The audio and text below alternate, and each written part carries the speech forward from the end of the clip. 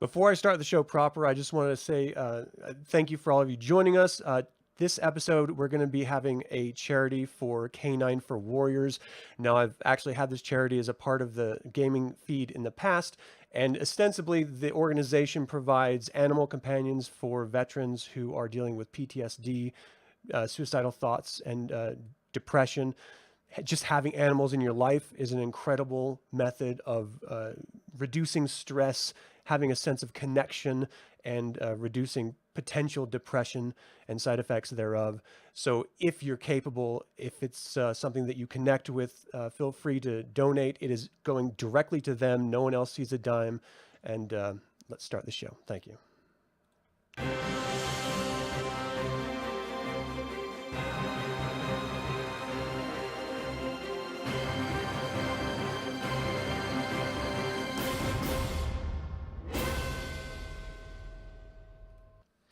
Welcome to another DragonLance Saga episode. Today is the second in our four-part SAGA System DragonLance 5th Age minigame called Forget the Kender. It is Baraka Dark Ember the 5th. My name is Adam, and I would like to just take a moment and thank all of the members of this channel and invite you to consider becoming a member by visiting the link in the description below, and always remind you that you can get DragonLance gaming materials by visiting the affiliate link also in the description below. Now, let me have the players all show up on screen and introduce their characters here. So let's start with Anik. What's your character? Hey guys, so I'm Anik Overlook, Arrow Catcher, Straw Slayer, Master of the Dinner Plates. I am a Kender who wants to be a knight, and he was raised by a human knight and a human mystic, and he's trying his best to overcome his genetics and accomplish that goal. Overcome his genetics. All right, Verkin. Who's Verkin?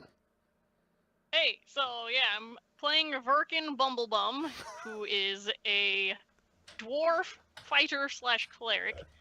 And, you know, this is like the second real character I've ever played, so I don't know what I'm doing. Great. Torrendil. My name's Derek. I'm playing Torrendil. He's a half-elf cleric, bard, healer type character. He has a dark past, and he has a tendency to drink too much. And when you're not looking, he might even drink your drink if you don't keep it out of his way, just to kind of like help him block out some of his dark past. Anyway, yeah, that's Torrendil. I think Torrendil needs a canine. Like some fears. Angor. I'm Angor Naraka, a renowned mercenary captain. Been fighting in the battlefield for many years, many campaign. The former founder of the Diamond Company, which took part in many campaigns, which unfortunately was destroyed with the coming of the Dragon Lords. Now just trying to rekindle my sense of worth again and find my place in the world. Yeah. Throughout there, I like to go around, trade, find new adventures, but I have a wee bit of a problem when it comes to gambling. So leave anything shiny with me for too long, and if I get a bout of depression, it's going in the dice. Nice. Everyone keep your purses tight to your bodies. You might grab them. All right, so previously on Forget the Kender. The intrepid heroes traveled to Duntull for their annual harvest festival, many for the opportunity of seeking and purchasing some rare Kurish artifacts. On the road there, they were reminded just how small they are as mortals on Krynn as the Dragon Overlord Beryl soared far above them in the sky, striking dragon awe and panic into the hearts of everyone. They entered the village and eventually ended up in a parade ground where the vendor Frush asked Angor to go after a missing caravan for the very Kurish artifacts that they came for. They traveled through the hills and marshlands before being surprised by a scouting party from Sable, the Dragon Overlord. Narrowly escaping defeat, they find the guard of the caravan, Gareth Falston, telling a story about an invading force from Sable's realm to the free realm of Duntolik. The party turns back to warn the leadership of Duntull, forgetting their search for Terry Whistlefist, the Kender caravan leader. So we are picking up literally where we left off, and Gareth is, you guys went up and, picked him up and you started heading back. Is there anything you all would like to do on the way back? I think Anik picked up a necklace from the ogre, so I think he's going to try to figure out, if that's anything important or valuable or magic. So give me a reason action check. Okay. So this is to see if you recognize any symbology or anything like that. Okay. 4. And then his reason is 6, so 10. 10. Okay, so you immediately can identify that this is in fact an ogre clan symbol. And outside of that, it just looks like, you know, a personal artifact that that particular ogre was carrying with them.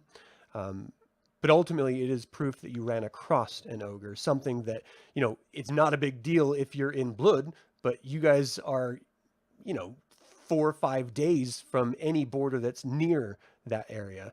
And unless they're invading Sylvanisty, which we know that there are some skirmish groups that do in fact do that, you should never have run across an ogre in this free realm area or anywhere near Onyxablet or Sable's realm either. So that's a little disconcerting. Usually they are very clannish and they follow war leaders, or, you know, they portend greater problems if you just find them alone, because it means there's others out there. Dibs. I got dibs on this, Nah. guys. Dibs. You're just holding it up, calling your own dibs. Everyone's like, "What are you talking about?" Okay. What is it? What is that thing you have?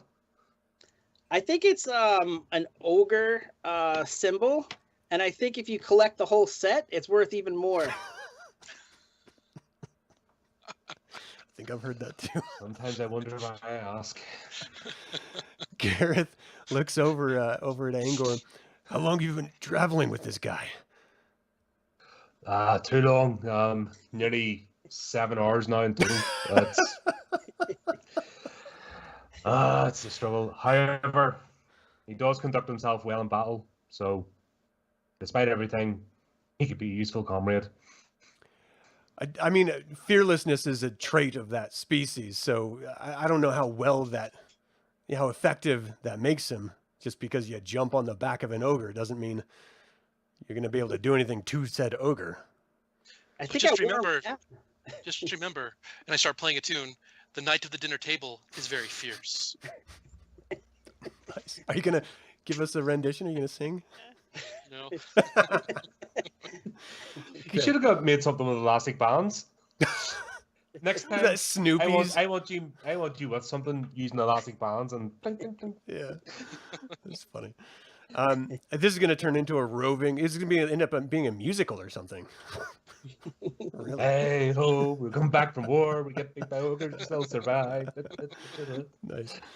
Okay, so the hours are starting to pass. Again, you weren't fully in the swamp marsh area, but you know Gareth is hurt, and so he is leaning on, if not Angor the whole way back. You know, maybe switching up between Torrendil and Angor and maybe Verkin.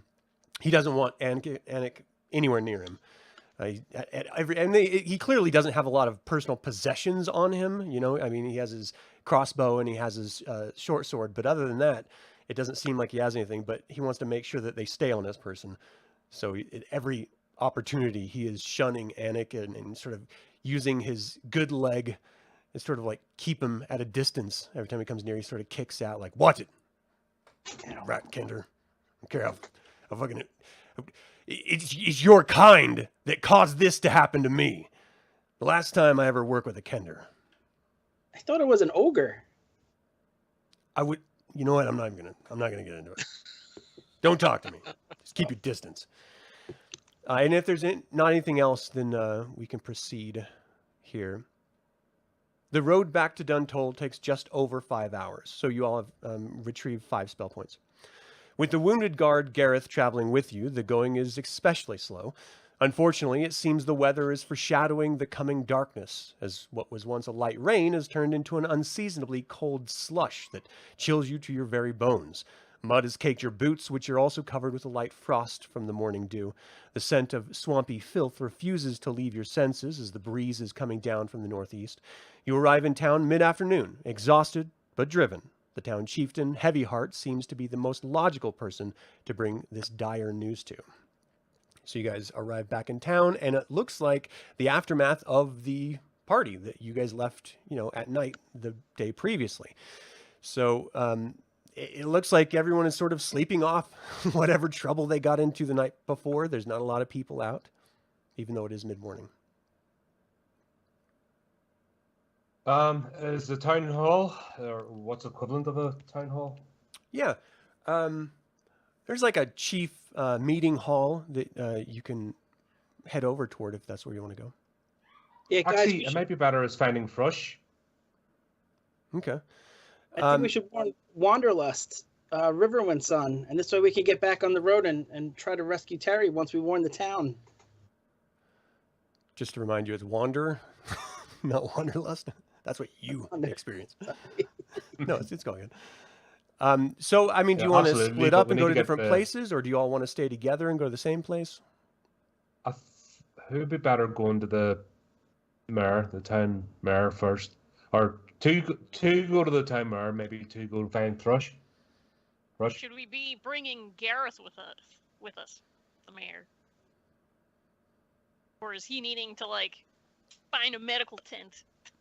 I mean, he seems wounded, but he just traveled 5 hours with you, so he's clearly not bleeding out or anything. If there is a medical tent, or not even necessarily a medical tent, but just the village sort of medic, he could find his way over there. If you guys want to split off from him. I personally want to bring him with us if we can. Okay. Let me see here. He seems pretty hard up right now, and he's just quite frankly saying, look, if it's all the same to all of you, you can always find me over here at the medicine man's tent here, but I really need to get some of this stuff taken care of. That ogre hit me right in the ribs, and I'm pretty sure I've got many cracked. He's sort of breathing ragged, and he's clearly hurt. So if no one is disagreeing with him, he's going to start sort of limping over there toward that direction. Now, he seems to know where he's going. So, you guys are all new to the town, so I don't know if that means that, he's been here before, or, you guys have spoken to him earlier on, or what? I'll go to the mayor, or was it is it Heavy Heart you said? Heavy Heart, yeah, is the village sort of chieftain. So you head over to the main sort of meeting tent, the town square tent, as it were. And there's guards standing outside, and they sort of stop you for a moment. Like, what can we help you with? I need to speak to Heavy Heart about Terry, the afflicted Kender, who is leading the caravan. They didn't make it back. He is sleeping off the night's adventure. Whoever this Terry Kender is cannot be more important than our chieftain's sleep. We're given direct orders not to let anyone disturb him, so you're going to have to come back in a few hours. Interesting. But we put an ogre. Hey, friend. He said that there's a dragon on the way. Yeah, Kender Tales. Sure. No, he's not. My friend, we encountered an incursion. It's important that we speak with him. This village could be under attack very, very shortly. Look, Good. I have an ogre necklace. This is proof. I mean, don't grab it or take it from me, but you could look at it. It's ogre. He moves his hand to see it better. He's like, can I hold it for a moment? I won't take it from you. Okay. He takes it and he examines it, and he shows it to his companion. They both sort of nod at each other, they toss it back to you, trying to maintain some sort of distance from you. And he says, stay here. Let me go see if he's willing to talk to you. And he disappears inside the tent. The other As guard... he leaves, I play a little jingle. Dee-dee-dee-dee-dee-dee-dee.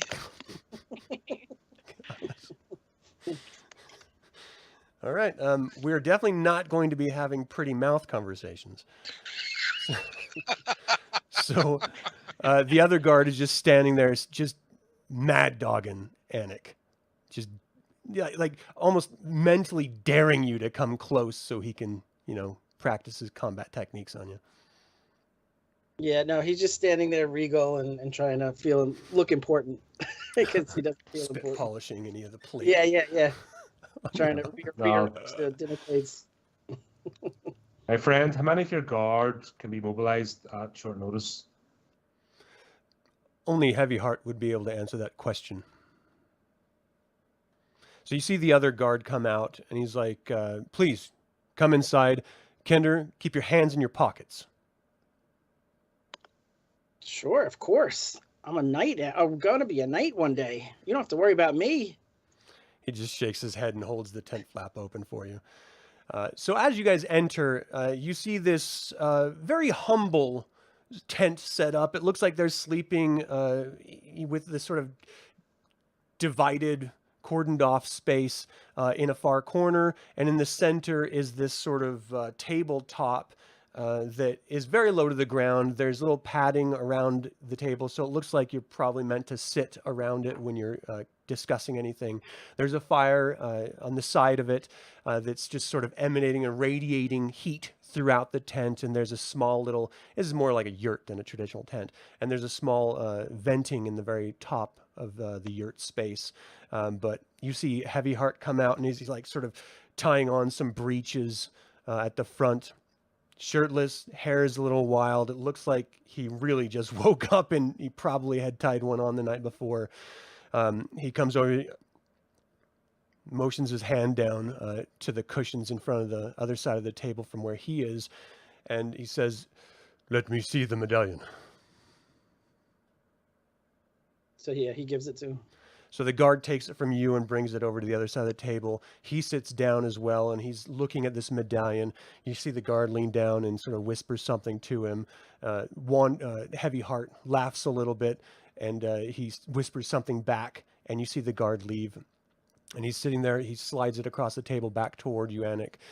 And he looks over at Angor and Torrendil and Verkin.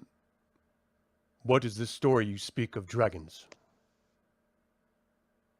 I look over at Angor.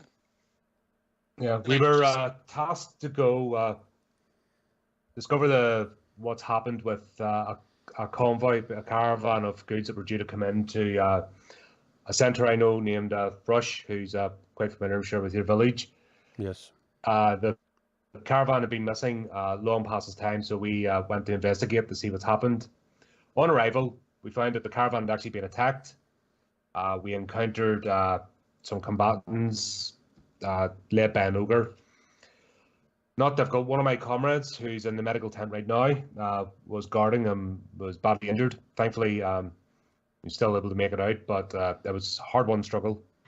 Angor, tell him about the part where I slew the ogre. Tell him that part. It's my favorite. He looks over at you and says, "Be quiet. Adults are talking." And then I start playing the ballad I wrote of the, just kind of like in the background a little bit, of the Knight of the Dinner Table slaying the ogre. He's like, "Please, I am trying to understand, and my head is killing me. So you're telling me you were tasked to go look for a Kender, and you came back with someone else. Is this correct?" I'm a lord. Where is this other person? And A what do medical tent. dragons have to do with this? Well, he worked for Sable, the ogre, and apparently they were trying to stop us from rescuing this individual. I don't quite understand it myself, but The dragon I just know- overlord Sable? Correct, and that we were told that the town was going to be under attack, so we came back immediately to make sure that an alarm was raised so that we would not be caught flat-footed. We didn't want to leave the townsfolk in danger. Can you give me a reason action, trying to convince him of your story? Reason action. Let's see. Chris, go ahead and retrieve a card. Oh from your yeah, hand. yeah. Sorry about. Reason action. Okay, so my reason is 5, and I drop a 7 with a moon. So that's trump, right? For a reason, yeah. So draw another card, right? Yeah. All right. Plus another 5, so that's going to be 17. Nice. Okay. So for whatever reason, he seems to be believing what you're saying, but he is pressing for more information. He says, before I can take any action, I need to speak to this person that came with you. What is their name? Gareth. I Gareth. look over at Angor. That's right, isn't it? Gareth Angor? Folsom, I can vouch for him. He's a former member of the Diamond Company. Diamond Company. Uh, Says, you see- Ravenclaw, come inside. And you see the other guard come in. He's like, go to the medicine man tent and grab Gareth from it. Bring him here. Says, yes, chieftain. And he walks out. The chieftain's like, I want to understand how and even they're... while injured. What's that? You're breaking up a bit, man.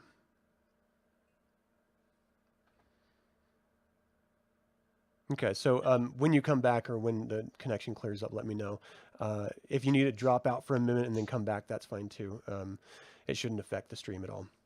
So he looks over at Verkin. Mr. Dwarf, tell me what you know of this connection with the ogre and Sable. Well, all I know is what I saw, and I'm amazed that you haven't heard of the flight of the dragon that just occurred.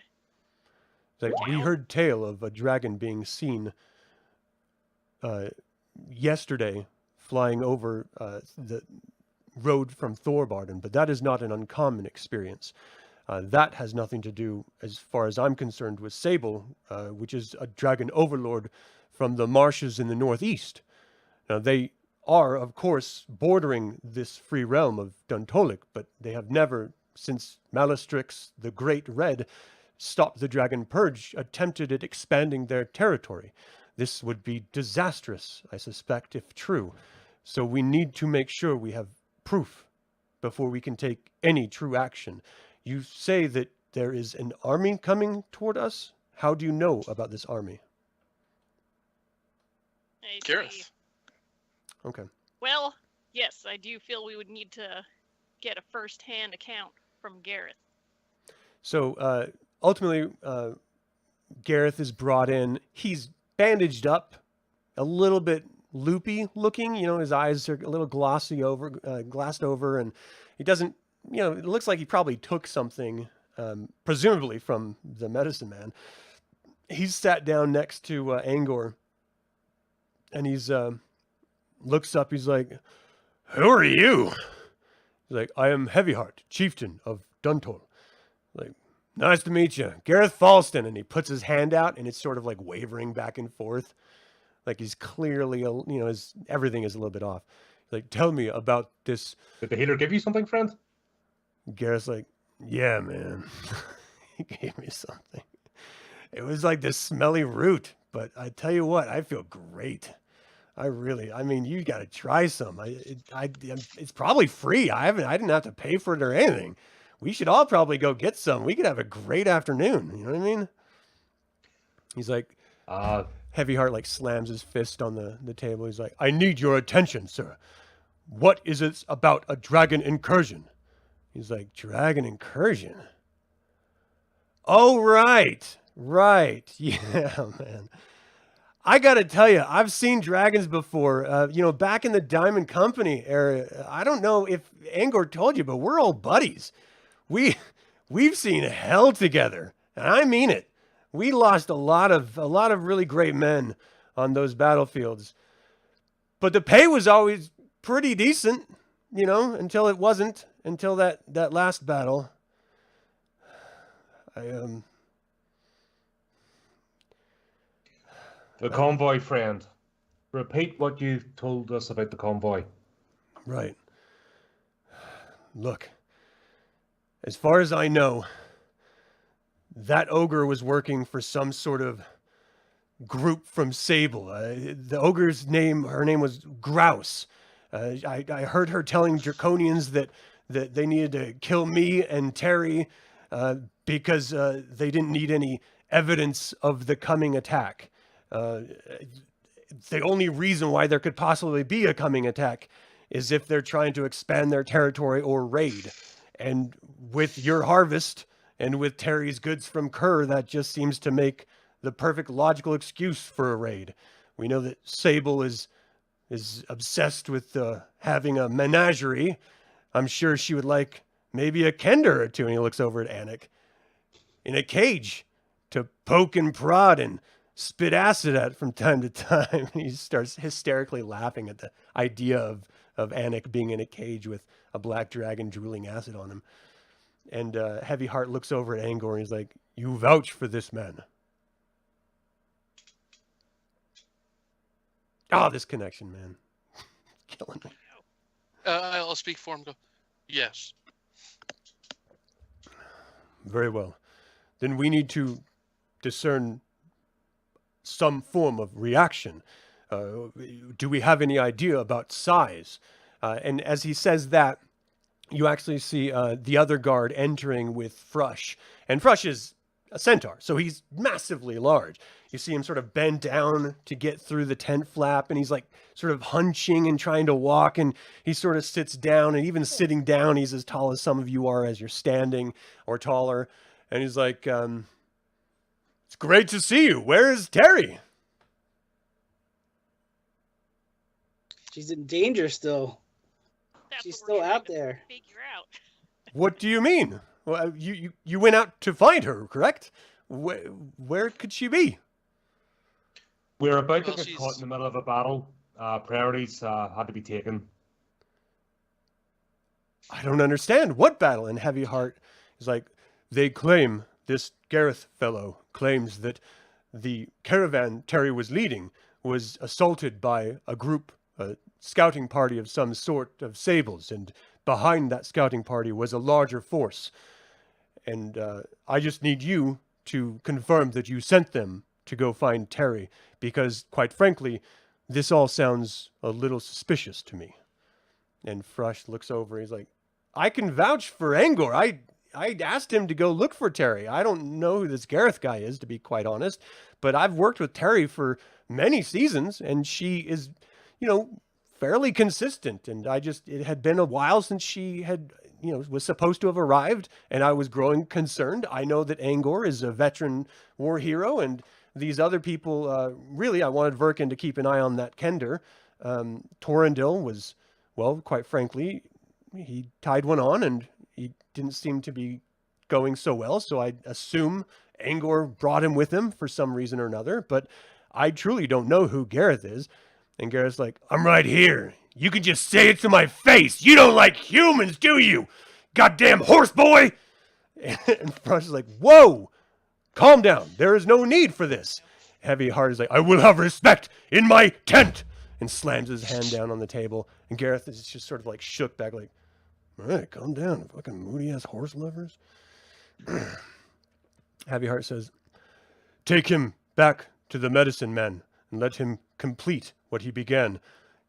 Those of you who went off and found this caravan, where is Terry? Why was she not there? And Frush is like, yeah, where's Terry? In the wind, I believe. What does a Kender do when they're being hunted down? They vanish. She's still out there. We need to get going. We need to warn everybody and get going as quick as we can. Heavy Heart looks over at Anik. If there is a force coming, you need to forget the Kender. Let us focus on the battle that is coming. Now, do we have any idea about size of force? He looks over at Frush. Would you be able to find us willing men in the village to stand in defense of the village? And he calls out Ravenclaw again. He's like, Ravenclaw, gather the security force of the village. We must have a meeting. We must talk about defense.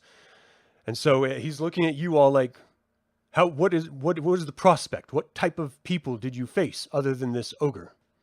Draconians. Draconians. How many Draconians did you face? I think there were 3 Draconians, a couple Baws, and can't remember the other one. It's a Bozak, I think. Bozak, that's right. But the ogre was really Interesting. tough. Honestly, if their force is made of just a couple of them, we're in trouble. Maybe for you. The men of Duntol are very proud and very strong. We are quite capable of defending against an ogre incursion. Let me Well- think on this for a while. If we do not have numbers, perhaps Torrendil, you could go seek out Medius. He is the centaur chieftain up from Wemmick. He was in town yesterday, and I have no reason to think that he has left. Seek out Medeus and ask him if he could bring any of his champions in our defense as well. I can do that, my lord. We should also get that security guy by the the inn. The guy who threw me out. He looked pretty strong too. We should grab him. He just looks and he's like, "Yes, you should go get him." Okay. The guard like happily opens the tent flap for you and just sort of like waves you out. By all means. So do you guys leave now to do that, or are you still waiting around? I look around everyone. I guess I will head off. Does anyone wish to come with me? He's like, "I would like to speak with the dwarf and with Verkin and Angor." Very Head well. out. So Anik, are you heading out as well? Yeah, I'm gonna stick with Torrendale though, because he likes to stay by him in case something cool happens. Okay. So it gets recorded. Right. Okay. So you guys head out of the tent. Heavy Heart is sitting there with Anik. I'm sorry, with Angor and Verkin, and he says to you, "I have my concerns." I don't know if I fully mentioned it or not, but Gareth did actually. He was guided back to the medicine tent.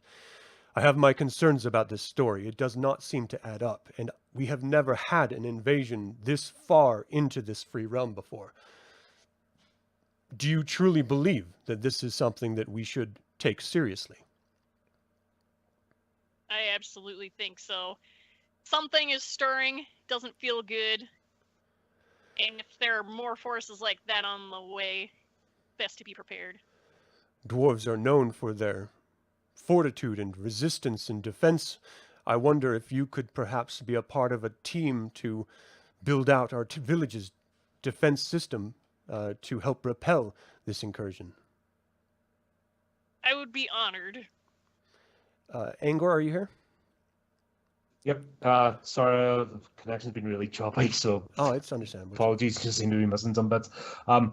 Bandits we were expecting. This type of force we were not.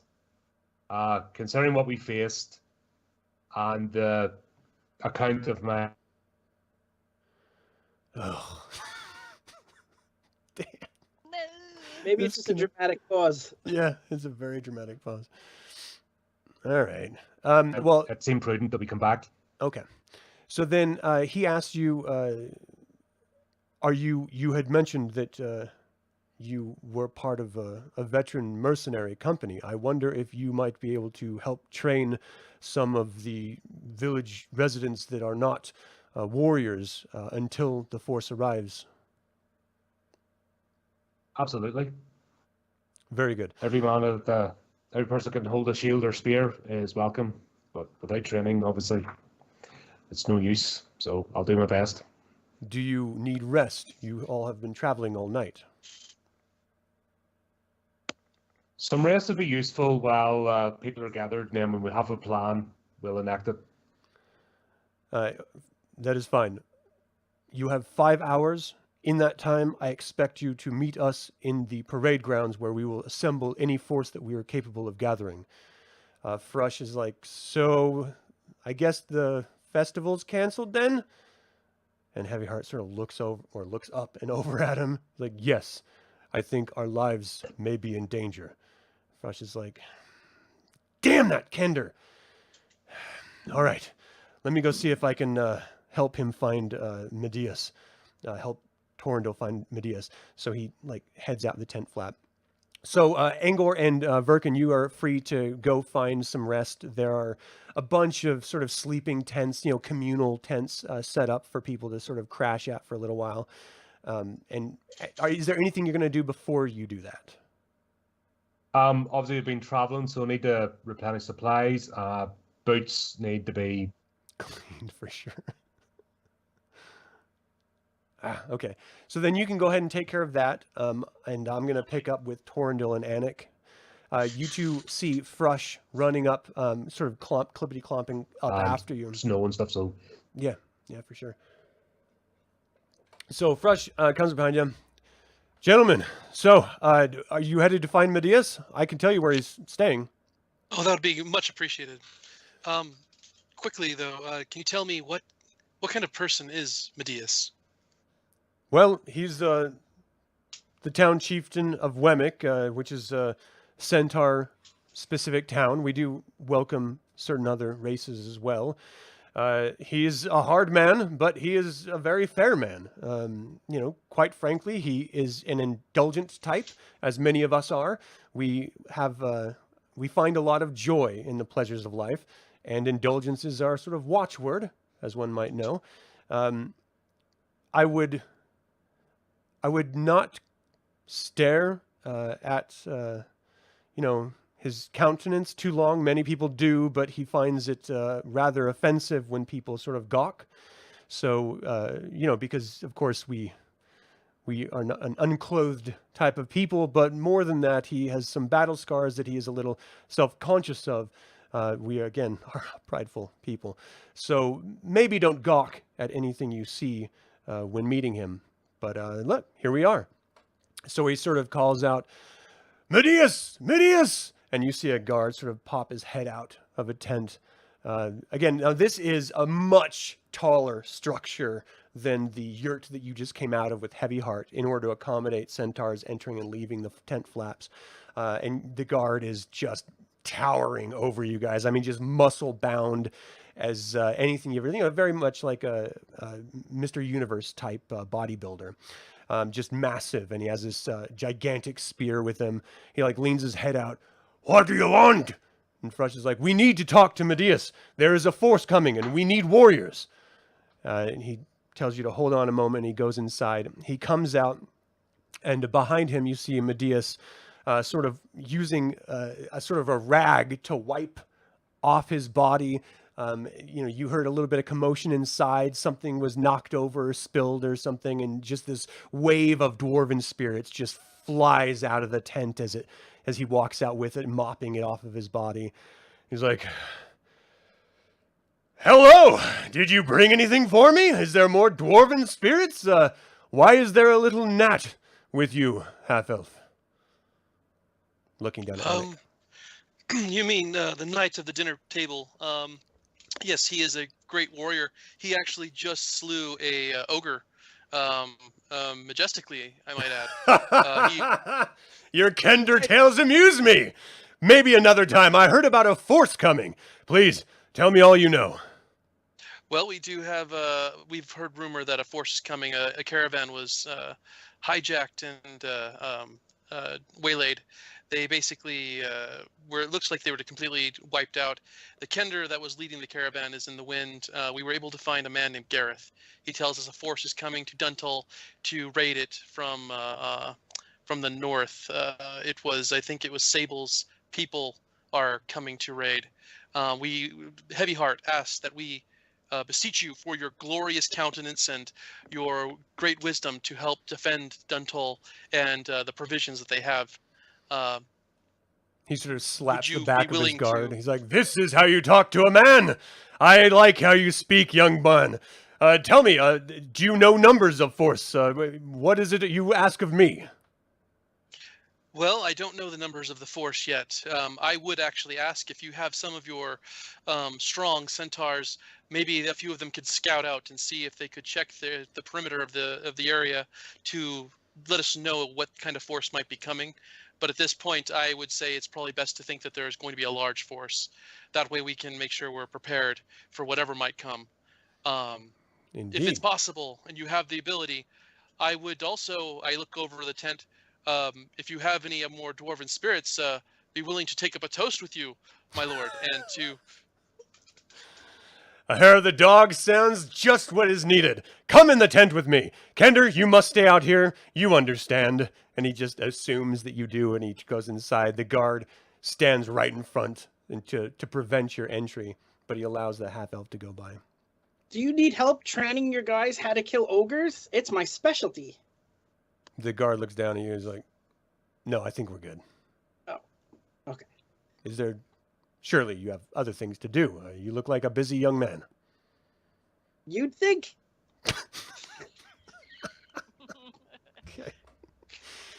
So you see, as soon as you enter, he has a toast with you, Torrendil, and he sends one of the other centaurs in there. There's actually 3 different centaurs in there with him.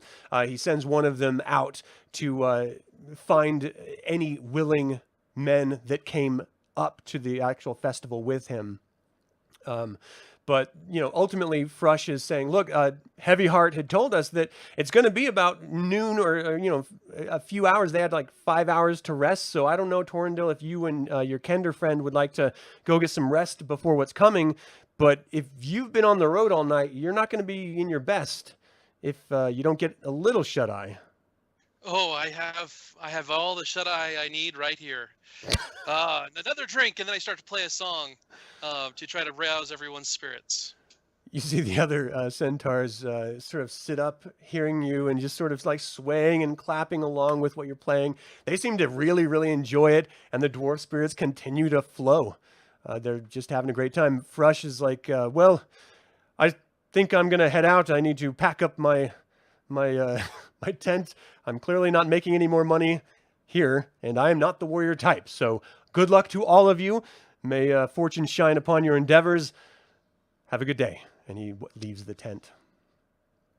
So Gareth is presumably being taken care of.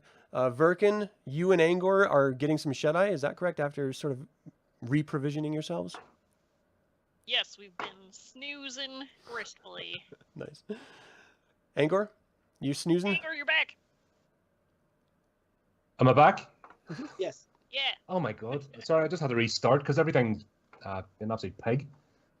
Yeah, welcome back. Right, yeah, so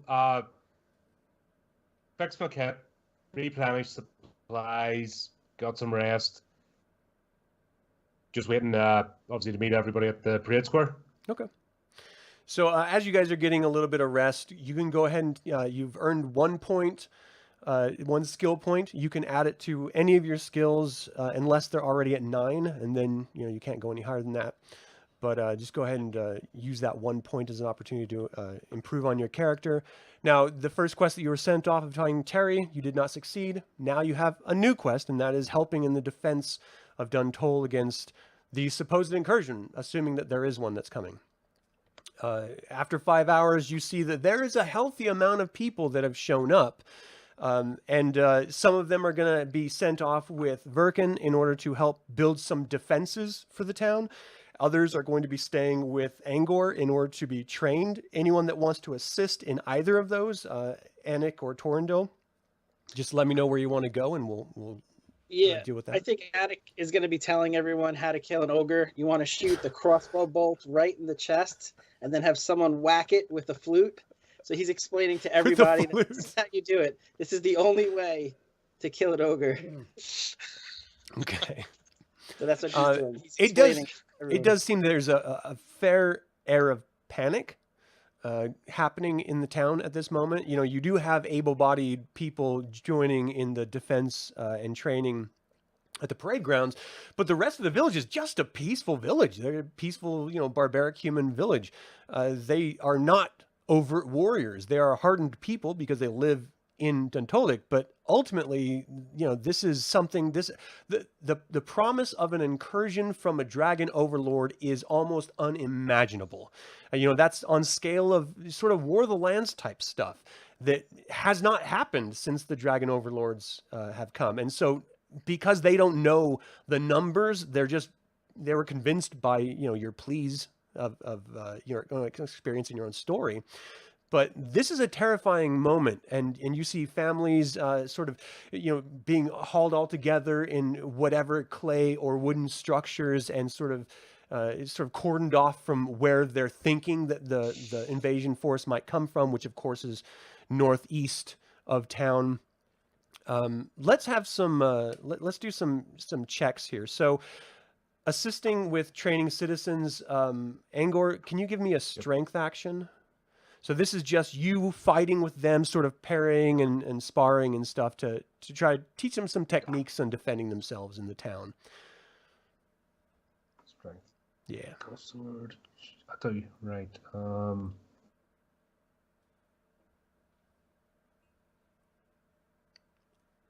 It's doing the circle of death. That's it. Come on. Right. No, I don't want to do that.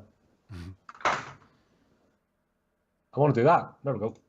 Right. That's 9, and then I can draw another one from the deck. Is that right? Is it a sword? That is sweet. It's a sword. Yes. Yeah. Yeah, that's Trump. Right. So there's 6.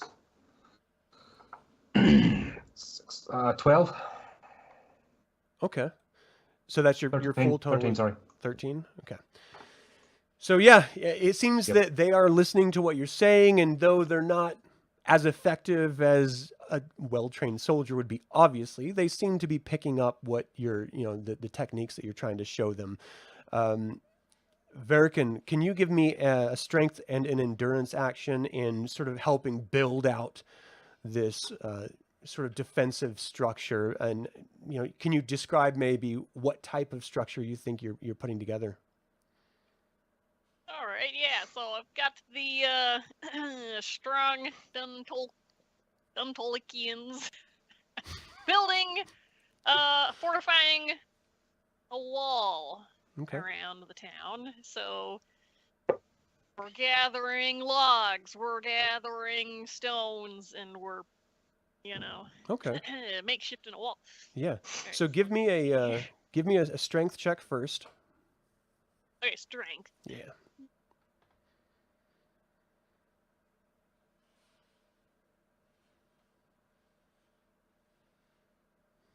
Okay, my strength is a 9 plus this dude, so 15. Nice. Okay, 14. so you are successful in sort of putting this structure together and showing everyone how these different materials are going to fit together in the best positions for the best form of defense.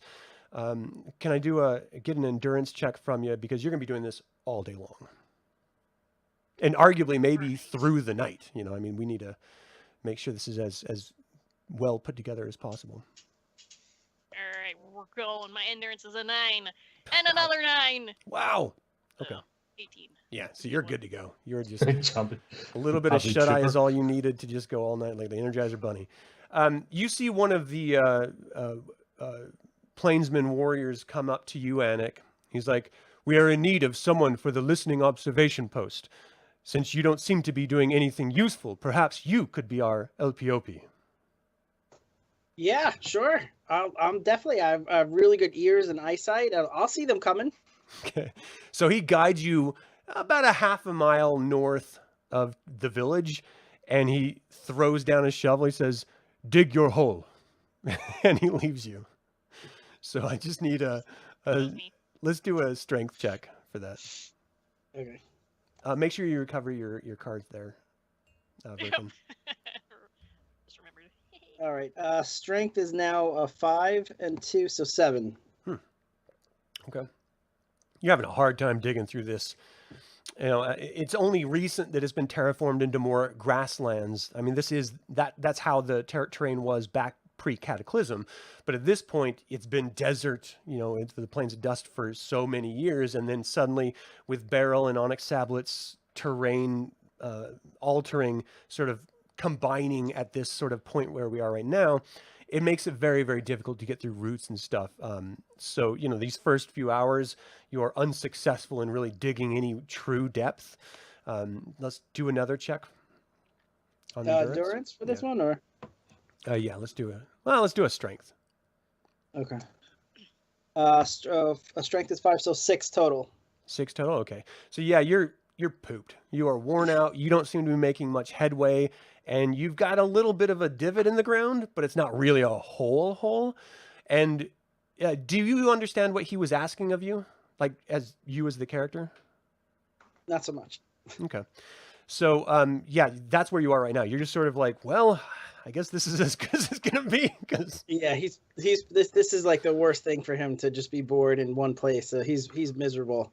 Okay. But he feels like it's his obligation. He's trying to pretend to be a knight, so he does it. But he is absolutely miserable, and he's not talking or making jokes or anything. So he's just sitting there and just doing what he can. The weather, for you out there, you're like a half a mile out from the actual village itself, so you are all alone.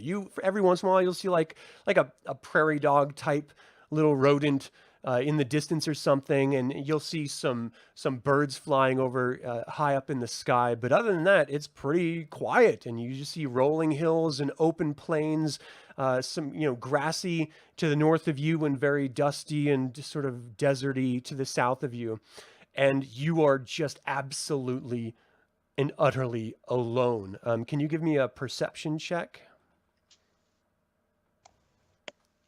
Okay, perception's 2, so 7. Okay. Yeah, you don't really notice anything. Okay, so you're going to be Gonna doing this march for a on while. top You're of probably it. the worst person to have on the LPOB. They're going to show up behind you. You'll notice some of the rear guard. Yeah. It's just like the We're caravan of nearsighted. supplies going by. A nearsighted scout. It's not a good thing. The worst. Okay, Torndal, what did you decide to do? So as long as the spirits keep flowing, I keep getting more drunk. Oh my So, gosh, really? So if you that's never what they left the keep- tent? Not if they don't. If they keep the spirits going, I'm gonna keep playing songs and entertaining until Let me get an endurance check from you. sure. And this is gonna be on purpose. Oh Let's no. see. Oh no. Oh boy. I have a- Always fun. I got a dragon 1. Okay. So you pass out and just puke your guts out. You just the dwarven spirits is excellent, and it's just way too much for too much drinking, for zero sleep after all you just went through, and your body just shuts down. You pass out, and it all comes right back out. You actually wake up hours later, and you are in that common sleeping room on a cot. You have vomit sort of caked on your gear and clothing, and a massive, massive headache. Oh, I guess it's just another Palace day. So, oh. It's the worst. Okay. So, Angor, everyone is, going through their routines that you're teaching them, and you've been out there for hours at this point. Night, Mhm. the sun is setting, and everyone else is doing their own things. This is when Torrendal is actually still sleeping, and you actually see Heavy Heart come walking up with 2 guards flanking him. And he's like, "How is everything going?" Actually, quite well for inexperienced villagers. They've really taken a hand. They understand what needs to happen. What I've done is I've organised the quickest thing are pikemen. So that's the quickest way to get a bunch of civilians lined up, performing something useful. If it comes to hand-to-hand combat, I don't know. So hopefully they can hold the line at least until the other forces arrive. If it gets any more than that, we'll just hope our best. So you see Medeus come walking up, and he's got about 15 other centaur with him. And he's like, "My head is killing me, but it is a glorious day for battle. Who's ready to kill some, what did you say, ogres?" And, the other centaurs are like shouting, "Yeah! Come on!" Like just really riling it up. You see some of the other plainsman barbarian that you were training sort of fall into that sort of excitement, that motivation that Medeus is giving, and they just start calling out, "Come on! Yeah!" And he looks down at you. He's like, "It's nice to meet you. What is your name?" I am Angor. Looking forward to the Angor. battle. "It looks like you've done a fine job training these men. I trust that you will join us in defense of the village." Absolutely. Why would I miss the chance to kill more ogres? One of them tried to sneak on us, take us by surprise. That must be repaid. "I can never imagine an ogre sneaking up on anyone, but I am sure there was certain circumstances that allowed it. I'm sure it is not a deficiency of yours in any way for letting that happen." He sort of like raises an eyebrow. He looks over. "Heavy Heart, can you tell me, what are the defense numbers that we have?" So he starts explaining basically what they're thinking about in defenses. He mentions that they have Verkin out helping with some of the other villages who aren't really fighting age, or maybe a little too old to go toes with anyone. They're helping build some sort of defensive wall that can use as a barrier. and they had sent the Kender out as an observing post to see, sort of forewarn them if anything's coming. They didn't know he was nearsighted. Then he explains that he would like to sort of separate groups in distinct areas to prevent any sort of flank. And he looks over at you, Angor. He's like, I wonder if you and your companions would consider watching the left flank of our village. We certainly will. Very good. Leave it to us. Because we have do I got not... a squad assigned to me? Ultimately, it is going to be you and your companions watching your left flank while we split up the centaurs and plainsmen, the civilians, into different groups to focus on different areas at once. So really, they're trying to cover their bases. They want you guys to, watch one flank to prevent anyone from getting around you because you're the most effective. And truly, the biggest concern is going to be them getting in. Once they get into the village, then, of course, the women and children and elders and frail and stuff, they're going to be in danger, and that's what they want to avoid. So if they can get you guys, because you seem to be warriors of some kind, in one group, the other trained men with the centaur warriors backing the other sides and the front, then maybe we have a shot. That's really what he's trying to go for. It would be worthwhile telling the women and children to carry daggers. Very good. He turns to his guard. He's like, find some gear for everyone in town. And he runs off to try to, equip anyone that isn't kitchen knives. It doesn't matter as long as they're holding something in their hand. It keeps the panic down, and if anyone does breach the walls, that's the last thing they're expecting. They expect things to be easy if they get past the defense, but if everyone has something sharp, pointy, that can change battle. Very good.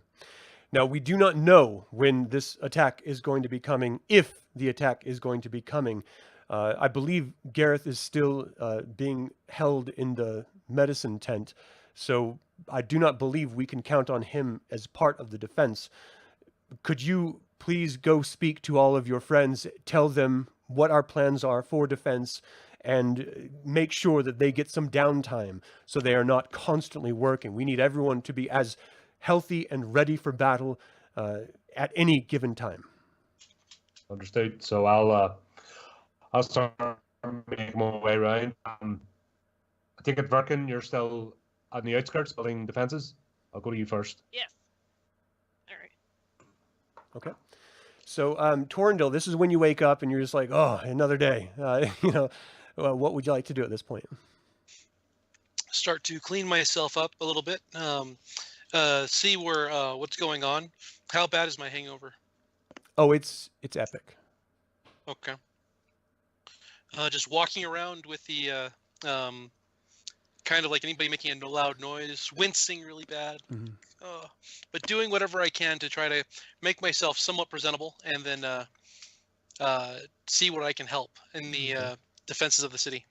So you all have gotten 8 more spell points back during the time that you've been in town and everything. Even while you're drinking, you're recovering them. Yeah, you too. You see Medeus, Heavyheart, and Angor talking in front of a whole bunch of other men as Angor starts turning and walking toward the outer side of the village. I walk up to Medeus and say, "Hail, my lord." Look who decided to wake up! You really tied one on, young man. I hope you're going to return to my tent and clean it. If you need me to, my lord. I apologize for my behavior. I can't help myself sometimes. I've never seen a half-elf your size drink that much in my entire life, but I respect the devotion. I think you did a great job personally, aside from the puking aspect of it. I assumed you were going to pass out after that much. But it is time for battle. Are you ready? He sort of like slaps you on your arm, arguably a little harder than you expected. It doesn't like knock you down or anything, but it shakes you a bit. You can just tell this guy is just like one big muscle, in his stature. I'm wincing a little bit, and I just look up briefly and say, Yes, my lord. Oh, oh. I believe your Oh. friend just went to the outer walls. If you'd like to speak with him, we are going to be breaking up into our various groups and having rotations for getting naps and downtime in order to make sure that we're fresh for anything that might occur. It looks like the sky is turning even darker on us, so don't expect much visibility. You can vouch for your little Knight of the Plates, is that correct? Knight of the Dinner Plates, I believe he's a stout-hearted individual, maybe a little misled in certain ideas, but I think he's true. I wonder if perhaps you could check on him. I've been told that they sent him out to be an observation post. I'm a lord. I can do that. Which direction is his observation post? He points northeast. About a half a mile.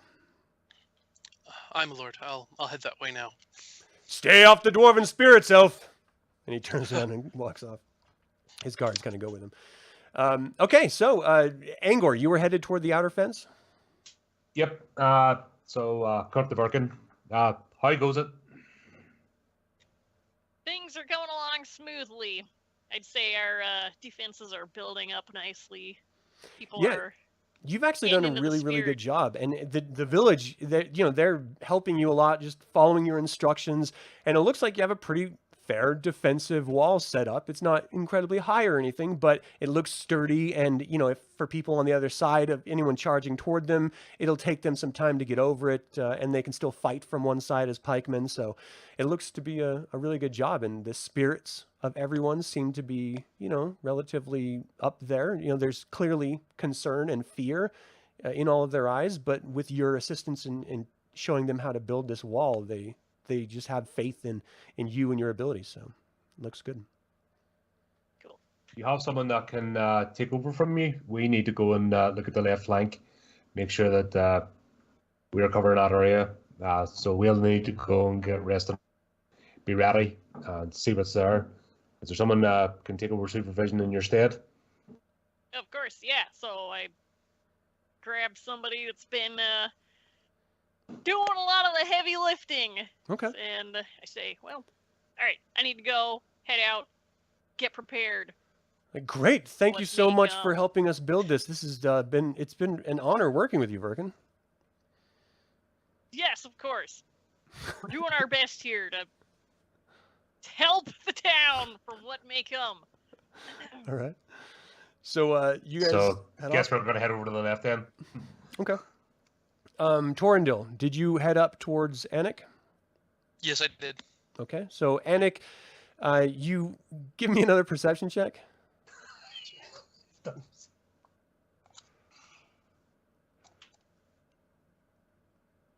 Perception is 2, so that's a 4. Would try to Torndale, utilize... don't worry, I haven't seen anything.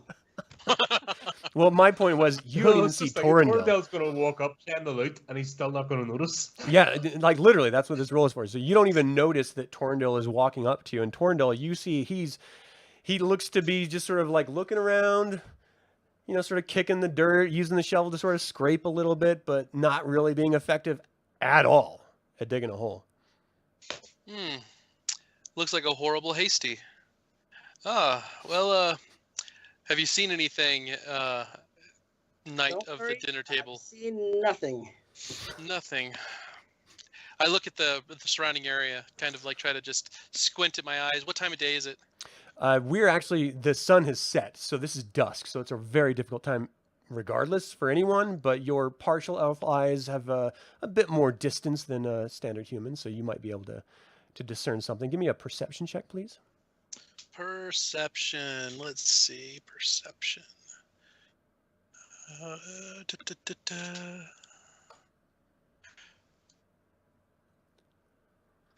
Let's go ahead with this. We're just going to go ahead and do...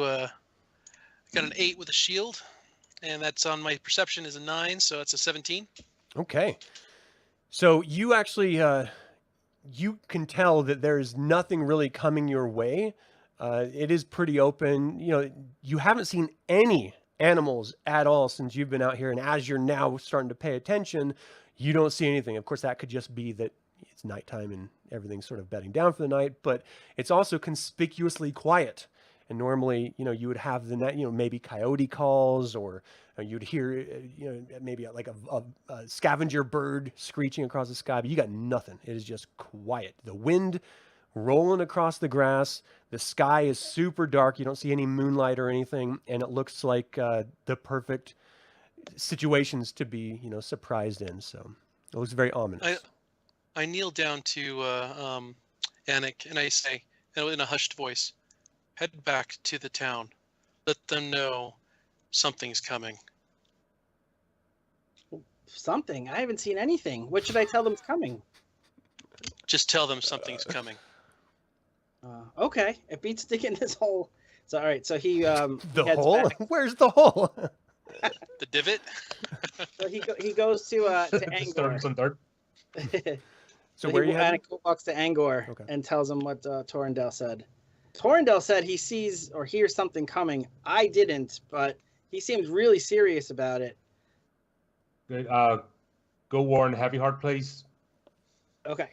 and then come back here and be ready. Okay. So he goes to Heavy Heart and Okay. tells him that So you just Angor- stopped at the tent flaps. You're like, Okay. whoa, whoa, whoa. What is your name again? Knight of the Dinner Plate, Anik, Arrow Catcher, Straw Slayer. All right, Kender, you're not getting in here. So what do you need? I was the lookout, and I was told by Torrendale to come tell you that something is coming. The drunk elf? Well, that was yesterday. He's much better today. I just saw him covered in his own vomit. That happens from time to time, but he was very serious about this. I've seen that look in his eye. He couldn't kind see when three he's not- Kender if they were walking on top of his head. I've seen that look in his eye, not the opposite of the look where he's like bleary-eyed and kind of moving side to side. This is the opposite. He was very serious that something is definitely coming. Can you give me a reason check? Okay.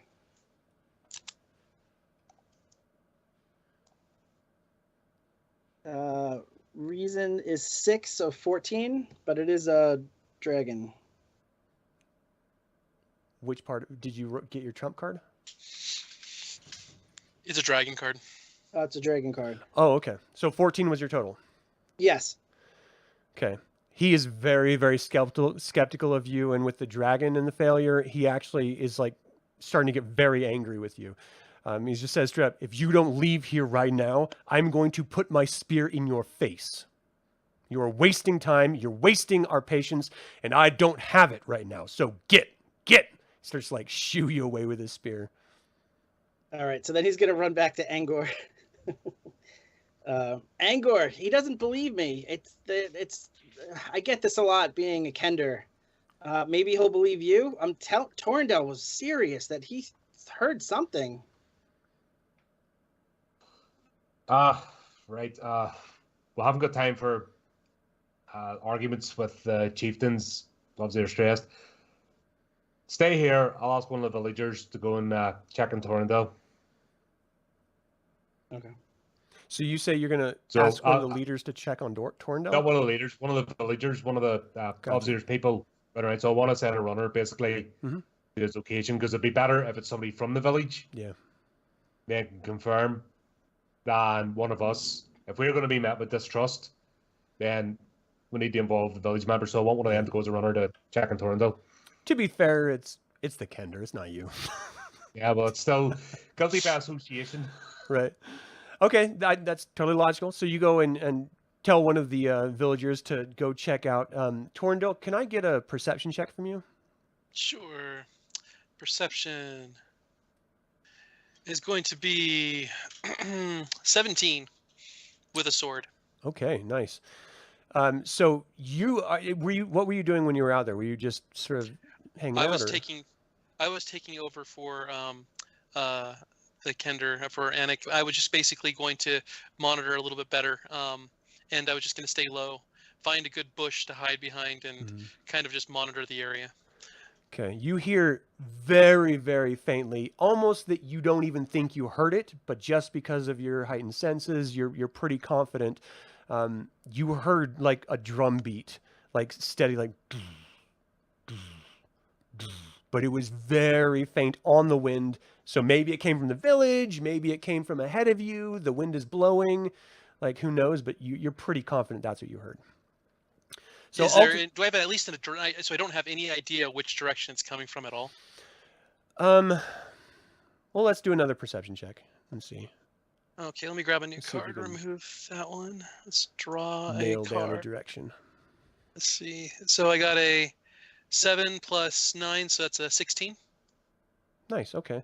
So yeah, you're pretty sure it's coming from the northeast. I'm going to slowly but surely, as quietly as I can, try to see if I can get closer to wherever the noise is, so I can actually at least see what is actually coming.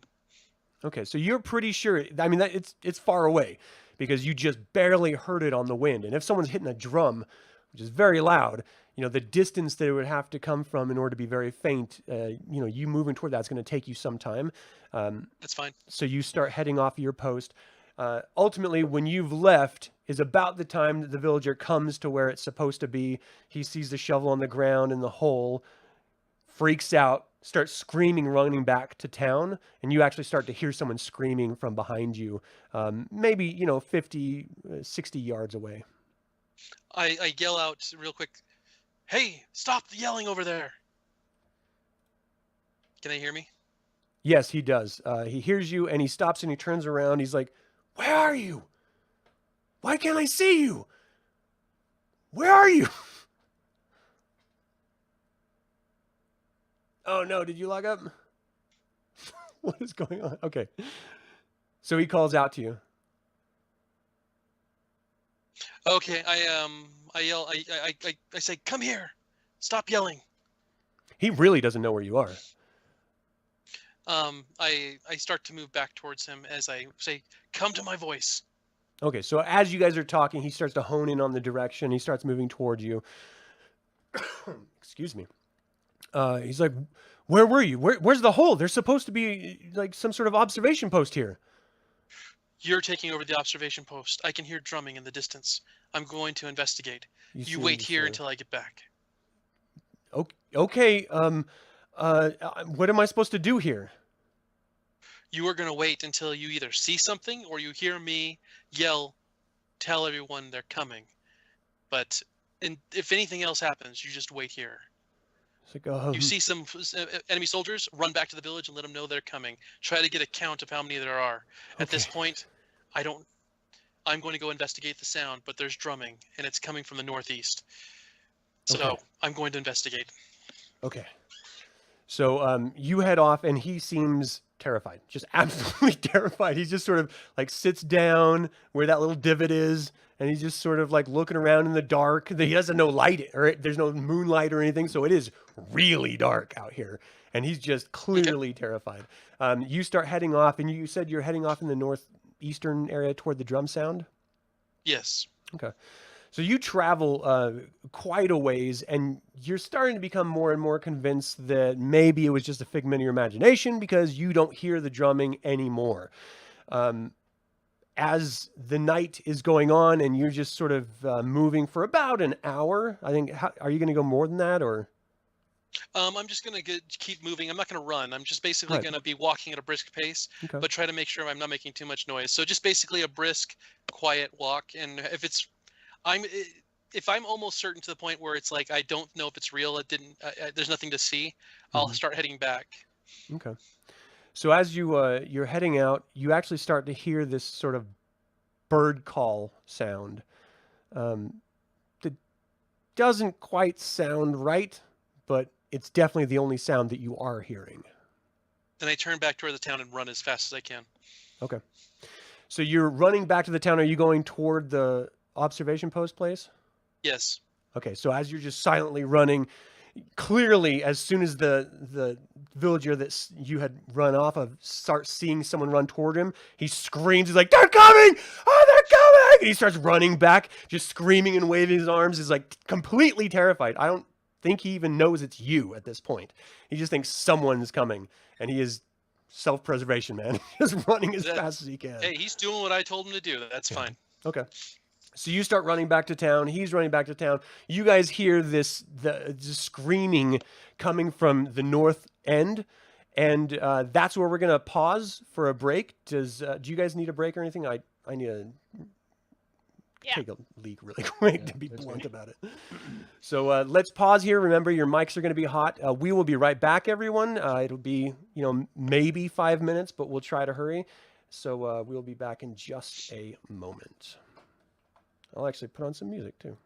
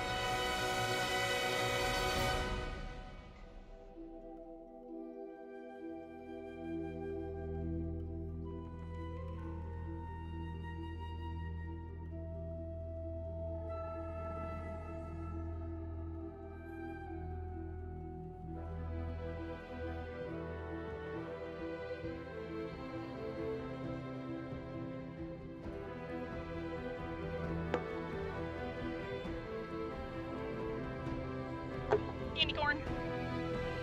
Woo, woo. Is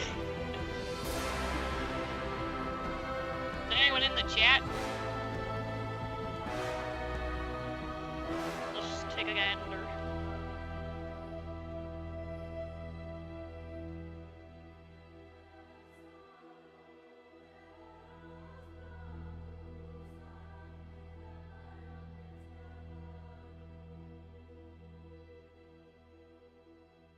Chris, you're in the chat. Me too. Yo. Snarkin' sass. The mic is hot, just so you know, Ace. Oh yes. Let me look in here. Me chat on Cool. candy corn.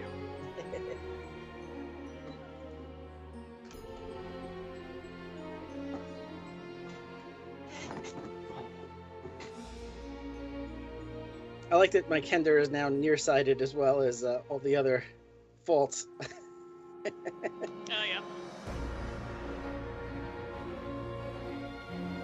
I don't know, you guys are pretty good at this whole RPG thing. You're doing good.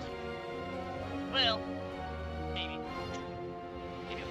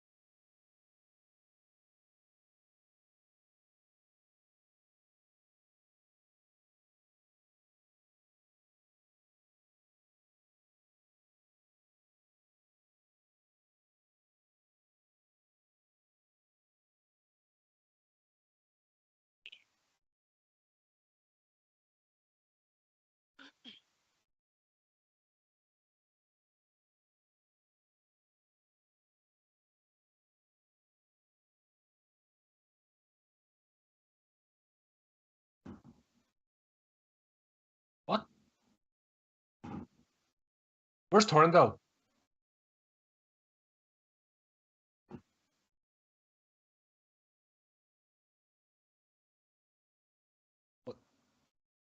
Right.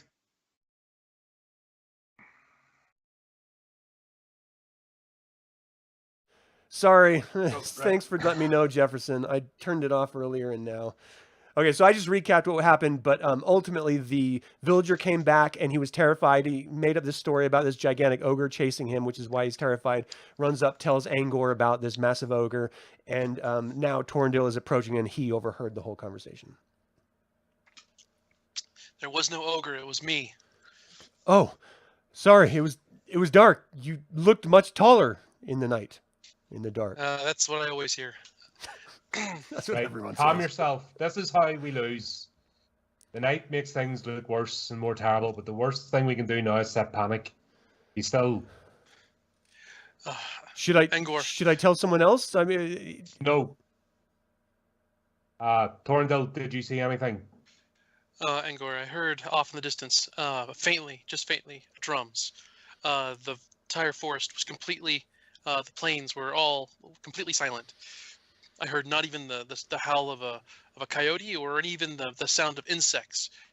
I decided to go investigate, leaving the villager at the observation point. When I traveled for some time, I eventually got to the point where I heard a strange twilling of a bird that does not exist, or if it's a bird that's injured, maybe it's making a strange noise, but nothing else. I think it was a call. I think the force is closer than we think, but I don't know how large it is. I can Right, return to the observation point. How much authority have I got? what's that, Angor? How much authority do I have in this scenario? Well, they see you as, a sort of a rallying force, maybe like a lieutenant, effectively. Right. I require a 6-man skirmish group. Who are you asking? Obviously, we've got a detail, don't we? No, right now it's just you guys. It's not just the 4 of us. Have we got? On this flank, it is just the 4 of you. The other villagers are all off in their own Okay. positions. I want to calm the villager down, and I want to request a 6-man skirmish group to go forth outside of the village. He's like, should I ask Heavy Heart So or effectively, what it is? Oh no. Who's the centaur Medeus? again? Medeus, sorry. It's okay. Yes. So I want the villager to go to Medeus and request a 6-man skirmish group. So they're not heavily armored. Basically, the idea is they advance out, start going towards where the sound is until they encounter something, and then basically sprint back. Should I go Okay. check it out? Crickets. Sorry, guys. It's okay. Anik just asked if he should go check it out. Should I go check it out? Should I see how many are coming? I think Maybe should stick with you us. should remain here, Master Knight. What are you doing? Don't make it So worse. it's no point getting out in a group of either of we're responsible for holding the left flank. Okay. What I need are people who might sound harsh but expendable. That why I need 6 of them is basically. Are you first telling to the take villager arrow. that? No, I'm talking out of character. Gotcha. Sorry, my connection here is really bad. That's why I'm just part of this conversation is cutting in and out. So apologies for that. No problem. Yeah, that's rough. So if you want to send the villager, he'll run off and try to find some people to come over.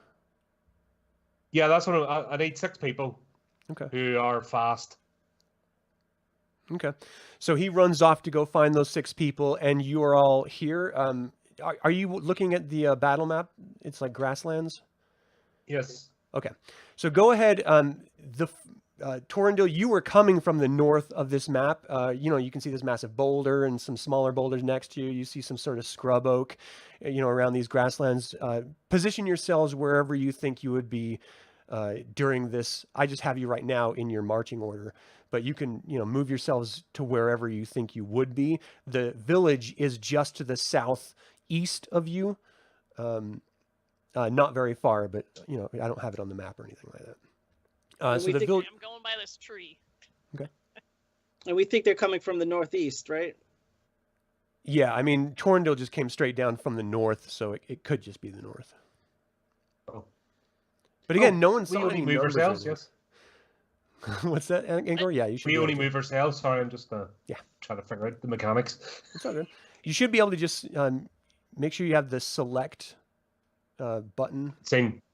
Yeah, and then you can click it and move it. Right. Are those rocks climbable? Wait, where are you? In the top right. Is this They rock indeed climbable? are. Wow, you guys are really That's what- spreading out. Except, no, I'm Yeah. going to stick by this tree. Need cover for. Yeah, I mean, if you guys want to climb the rock. You guys are on the boulder. Yeah, Anik wants to climb the rock and do the knight salute if he sees any Wow. guys All coming. right, give me an agility check. Okay. I mean, you can see this is a pretty big boulder. I mean, it's not nothing. Agility is 7, so 15. Can't believe you used that card on that. Yeah, so you climbed up. very The rest important of them are all ones. This is You have a very great- important. Okay, so you climb on top of the boulder. You slip a little bit initially, but you get your footing no problem. The plates that you have all over you are making a bunch of racket as they're scraping as you're climbing up this boulder. But it's dark and the wind is a nice breeze. It's overcast, and so it's a little warmer than it would be otherwise. But it's still chilly evening in the desert type area. Again, this looks like daytime on the map, but just everyone know it is in fact dark. Thank you so much, Jason. We appreciate that. It's very cool of you. So the villager has not come back yet. Can I get a perception check from, the leader of this group right now is Angor. So Angor, can you give me a perception check, please? Perception. 3.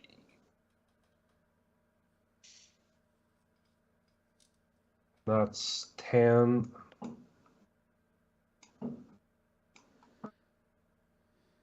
$15. Nice. Okay. You actually see in the distance figures coming toward you, and it is not just a small group. It's like a line of figures coming toward you. And at this distance, we're talking artillery range right now. You can't really get exact numbers or anything, but it looks like it could be, in the 50-ish numbers or something like that from this range, and it might actually end up being more than that because you're just seeing the front line. But you're not hearing like drum beats. You're not hearing anything really. I mean, it's just sort of silence, and that makes it a little bit more eerie in this dark of night. Torndale, with better eyesight, you can actually see that it looks like there's 2 rows of forces, and they seem to be humanoid-ish size, not ogre large size or anything like that. But they do seem to be, moving as silently as that large of a group of people could be moving silently.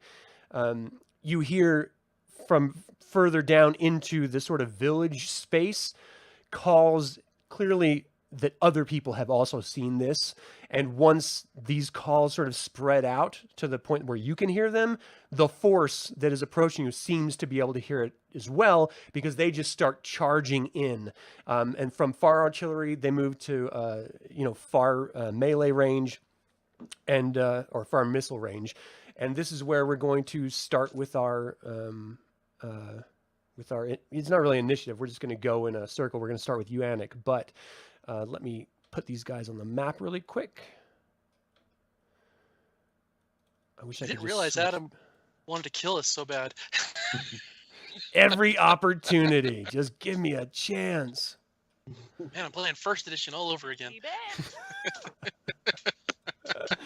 Okay, so in the distance ahead of you at a larger range, you should be able to see some people on the... Yeah, Draconians looks like. Draconians. Still trying to figure this out here for the viewers there at home. Okay, so I have it framed so you see at least the front line of bad guys compared to where you are. Again, basically your far missile range. At this point, if you had longbows, you'd be able to hit with those. If you had maybe spells, of course, you might be able to reach that distance, expending enough points. But other than that, crossbows probably won't reach this. Slings won't reach, like a hoopak wouldn't reach this distance. Does anyone want to do anything at this point? I would like to try to get the group Move over closer where they're at. together.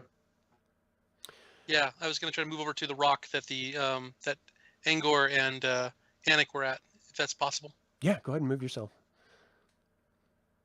Anik, I'm coming too. Okay. Anik, what do you want to do at this distance? So a light crossbow can't reach them at this point, right? No. Okay. So Anik is going to do the knight salute and say, Torrendell, sing my story. Oh my Just god. now. Do you want me to give our position away so quickly? That's funny. So they, without any aggression toward them, they just heard someone screaming, and so they seem to be moving toward you. They're now at near missile range. So if you have any missile weapons, now's the time to be able to do it. Anik? Yeah, Hold on, we're going to start with Anik really quick. light crossbow. Yeah, so you would be able to hit some like the front line there. Okay. So there's, it says Baz 1, 2, and 3. Just let me know who you're trying to target. Okay, I'm gonna go with I can't see it on my screen, but Baz 1, whichever one is closest to us. Okay. That's going to be a agility check against their Agility? Okay. dexterity. Is it dexterity? Dexterity is 9, and then so total of 18. No, your oh. agility. Oh, my agility. My agility is 7. Oh, I'm sorry. so- I'm sorry. You're absolutely right. It is dexterity. It was Dexterity? 18, you Okay. said? So dexterity is 9. The card is 9, and then you do the anything for the crossbow. Or that's just damage. That's for unless Yeah. it has like a bonus to attack on it, but most of it's No. just Okay, Just so damage. 18 total. okay. So 18 does in fact hit them. What's the damage that you would do to that? So that's going to be your dexterity plus your attack modifier for the weapon. Okay, so dexterity is 9. The damage is, or the attack is 3 for the crossbow, so 12. Nice. Nicely done. Okay, we're going to say that's number 1. And then for its turn, as a sort of counter to you, can you get your card off the table, please? All right. It's okay. He's actually just going to glide down toward you. Verkin. Okay, so when I open up my hand, I can only see 4 cards. I don't know what that's all about. Oh, really? That happened last time to one of us. I think when you redealt her deck, Adam, you were able to fix it. Let me for do that last- really quick. I'm going to recall everyone's cards, sorry. And we're going to shuffle, and then I'm going to redeal 5. That's good because I didn't like my hand anyway. That was my Thank you plan. for that. Now it's always going to be 1s. All right, so can you see 5 now? Yes, I do. Perfect. Okay. Okay. So I do have a shuriken. It's part of my weaponry, but So the only one that you would I be able need- to hit with that would be the Baz 1. that's the guy that's closest, right? Mhm. Yeah. And that requires dexterity. Yes. All right, I'm gonna try it. Okay. So. Just throw like a shrieking. bam, Oh, look at that. jeez. Nice. My dexterity is only a measly 1, though. Doesn't matter. That's Trump. So, So- Plus the shuriken, right? So Yeah. that's should be 12. You get- 11. well, no, you don't Command have a. card. Do you have a plus attack, or is it just damage on the shrieking? Plus 1. I think that's just damage. Oh, But this okay. is a trump Okay. card, so you can turn over a new card from the deck. There you go. Nice. So Whack 16 right total. between the eyes. That's great. So you throw that 16. shuriken and it buries itself into it. What was the damage total? So it's going to be your dexterity plus the +1 of the shuriken. 2. Well, you know. Gotta do I something. mean, that's fine, but it does actually stop it in its tracks. And as it looks down, you can see it just turns to stone and encases the shuriken that just embedded into its arm. And it just sort of crumples down to the ground in stone. Nice. Cool. All right, so Take next, that! Torrendil. We're just going to go clockwise in my view here. All right, I'll go ahead and I'm going to play a song that is going to be a spell of to encourage everyone and to strengthen them. I want to raise everyone's endurance. I think no, it's not endurance. It's is agility the one with the armor? That makes it so for Endurance. yeah. I'm going to raise everyone's endurance. I'm going to do a small room. So I was looking at the chart. I'm going to do an instant cast. That's 5. I'm going to do. I believe everyone is within missile, so near missile. sure. So I'm going to do 3. That's 8. And I'm going to set the duration for 15 minutes, which will be Everyone's within melee 11. from you. Oh, everyone. So then I drop it down to a 2. Then okay. Yeah. So everyone drop down that to a 2. So that's 7 plus. I'm going to do +3 for the duration. So that's Okay. going to be 10. And I'm doing it for a group area, which is going to be 12. Okay. And the effect is I want to add a plus. I want to do a +9, which would be another +3. Wow. Is that possible? Yeah, I mean, it's going to be an average challenge just to do a cast a spell anyway. So you're going to have to. No one's resisting you, but you have to get over the challenge rating, the difficulty rating of it, in addition to your spell points. So whatever you think that number is, you're going to have to play your cards and then subtract your spell points. So let's see, that's 5, 7, 10, 12. So what's the rating? So I don't know what the challenge rating is going to be then, right? Right. Uh, So you have 10. it's 12 minimum, but you know you have to get over just the act itself. But I don't know what a challenge rating score average is. So I don't Right. even know what the averages are. So like, Well, it what's ranges from easy being like 4 to impossible being 24. That would be added to oh, that. So you just sort of then I- guesstimate what you think. I'll drop that down to a +2 instead. That way it'll make it easier to hit. Mhm. So that will be a total of, let's see, that was 10, 12, 13. So I guess I'll play my. So 13 is what is what I think I'm going for. I got a Spirit of 7.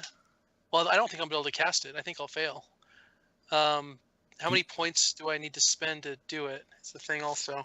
Well, you just have to spend the difficulty in the number of points, spell points. That was be. So if it was 12 points in order to cast the spell, then that's 12 spell points that you need to get rid of. But then that's Yeah. also 12 plus whatever the average difficulty of casting the spell is going to be. Yeah, and my problem is I don't think I have enough to cast the spell that I want You to don't do have any then. trump because cards at all? No, well, I only have 4 cards in my hand now. I show 5, but I only can see 4. I'm scrolling through it, trying What? to make it bigger. Yeah, I don't know why. Again. Everything's Yeah. showing 5 here. I know it shows 5 on my thing. It says I have 5 cards. I can only see 4 in my hand though. That's weird. Right. Don't worry about changing it. I just Well, can you I just pull don't have one the- more card? I can. Yeah, just draw another Um, card in your hand so you can see 5, and then we'll deal with that after. Okay. Because looking at your hand, I can Oh. only see 4 as well. So. Yeah, see, I show. Yeah, now I can see 5 cards, but it shows on my thing I have 6 for some reason. don't worry about Okay, so that didn't really help. I don't think I can do anything. I don't think I'm going to be able to do the spell. It's just I don't have enough points. Do you want to and just enough, buff 1 or 2 people then? Do you think you have enough for that? not with the difficulty, the way the difficulty is going to be on it. I don't Yeah. think. 'Cause I don't know what the difficulty is going to be for this Yeah. spell. So I can do my 7 is what my spirit is, and the most I can get is a 13. So I know I can meet that. I just if I have to raise on top of that more, Yeah. I don't think I'll be able to And you know you do will. anything. Okay. Yeah. So So what else? Is there anything will else you'd like to do? Okay. I'll hold. So as you hold, these other creatures come running out. You see those other two are just staying there. Again, this is dark, so though at the far end of this, I don't know if you guys see it on your screen. There's two characters in the upper corner that haven't moved at all. Jason gives you points. Like, blue guy. Guy. Yeah. So, Angor, what would you like to do? Oh, no. We just cursed on this feed. That's what it is. Okay, so I'll have Angor go twice, or when he comes back, I'll just have him react on his time. You do actually see Anik. What do you want to do? Am I back? Oh, you're back. I can hear you. He's back. What would you like to do? Yep. Sorry. I'm gonna shoot Baz 2 with my crossbow. Okay. That's going to be a dexterity action.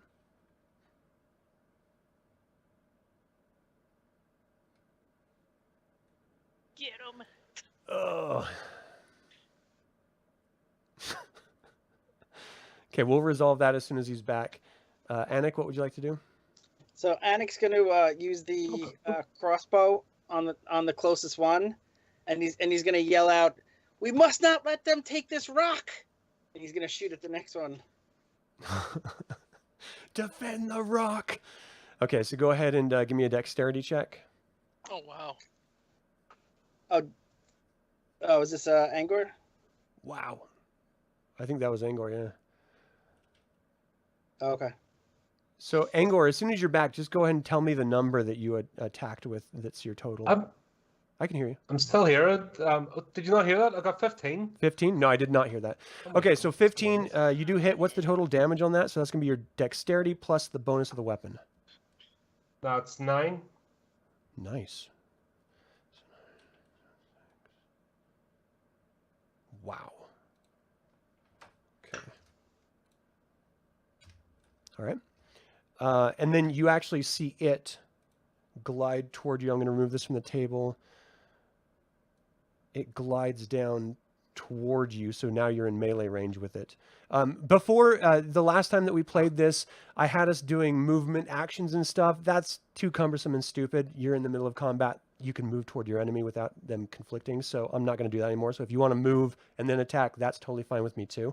We're not going to play cards to do that. It's too much, too frustrating. So it glides down at you for its turn after you hit it. It's clearly hurt, and it's clearly angry. Anik, you had fired off. What was the total number you had? I hadn't done it yet. So it's his dexterity is 9, 8, so 17. 17 hits. What's the damage on that? Damage is 3 plus dexterity, 9, so 12. Wow. So you were targeting the other Baz that was out there? The one that was closest. Well, you wouldn't be able to use that with this close because on Angor's turn, it flew toward him. It glided toward him. So if you wanted to target the other Baz out there with your I think it's a crossbow, then you can do that. Yeah, that one. Okay. The other Baz. So now it moves down toward you, gliding as well. And as soon as it gets down towards you for its turn, getting ready to attack, that much damage actually causes it to turn to stone, and it just drops on the ground out of clean air itself and just sort of crumbles. Torrendale, are you watching? Birkin, I see it, little man. I see it. what would you like to do, Birkin? Okay, I'm gonna go up to this draconian here, and let's see. I'm gonna use my flail. Okay. To bash his brains in. It's going to be a strength action. Strength. Oh, no. Well, it's Trump. Oh, my strength is a 9. Oh, yeah. Hold on a second. Try another one of these. Oh, 12. Nice. Okay. Let me look at this. Do I add my flail onto that? Or that's for the damage? That's for the damage to resolve that. So now I need you to... you actually did not hit it with a 12. I'm sorry to say. Okay. Yeah. So now it's going to just auto attack you back. So I need you to defend the melee. That's going to be your endurance. All right.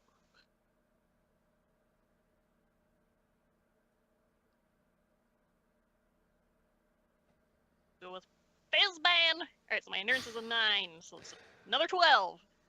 Okay. So that is not enough. You actually do get hit. So you take 9 damage. So as soon as you come up and you like strike it with the flail, it sort of deflects that and just comes in at you with a scimitar and just slides it right into the side of your chest Ouchies. for 9 damage. So can you resolve that much damage with your hand?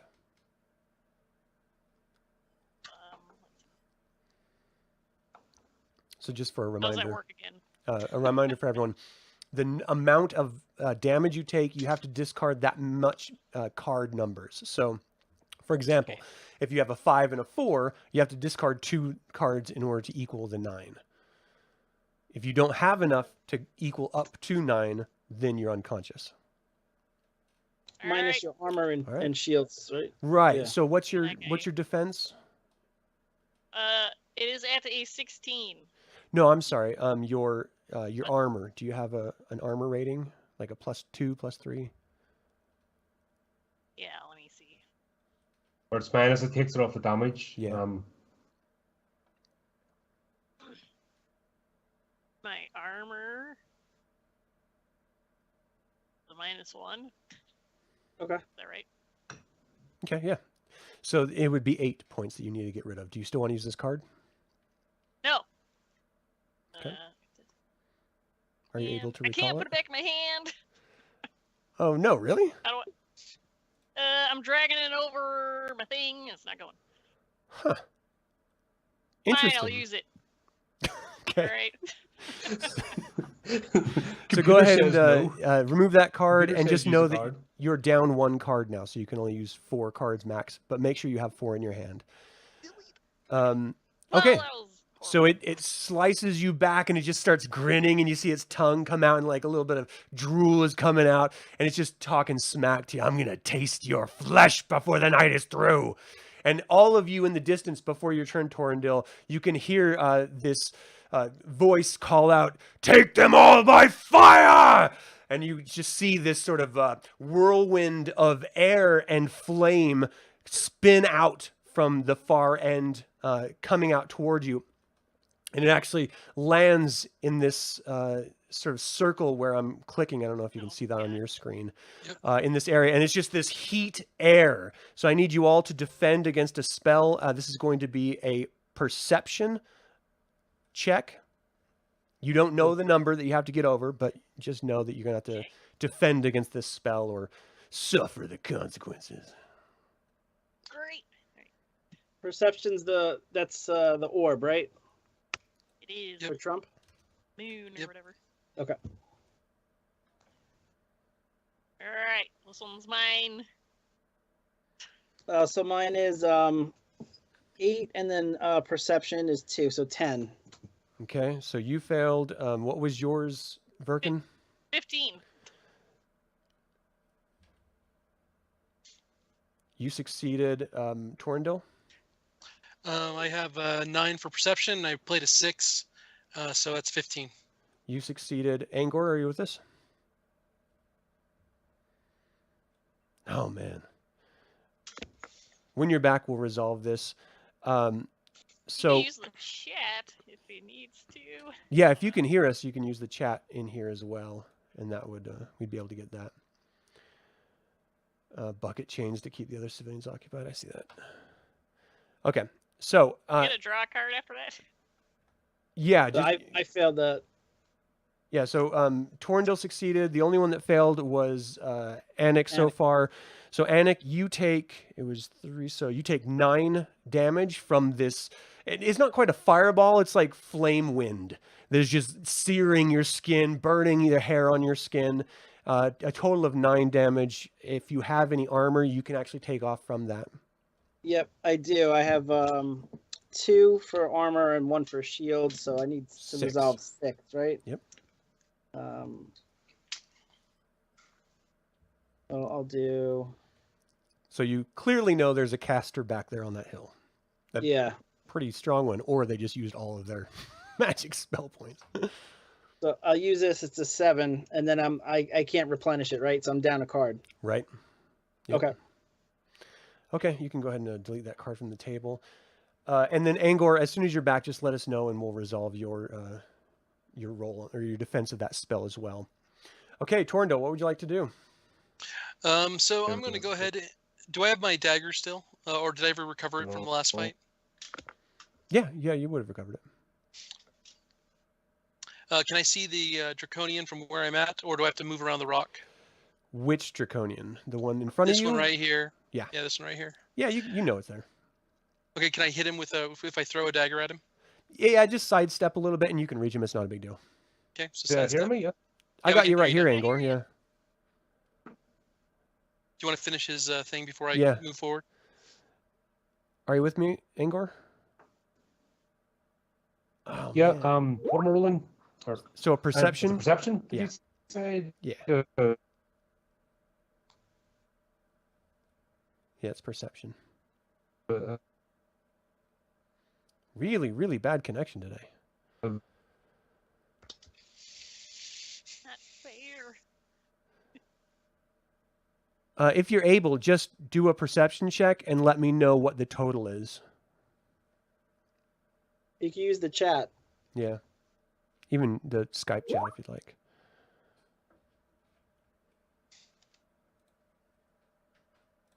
I'm going to open that up really quick. Okay.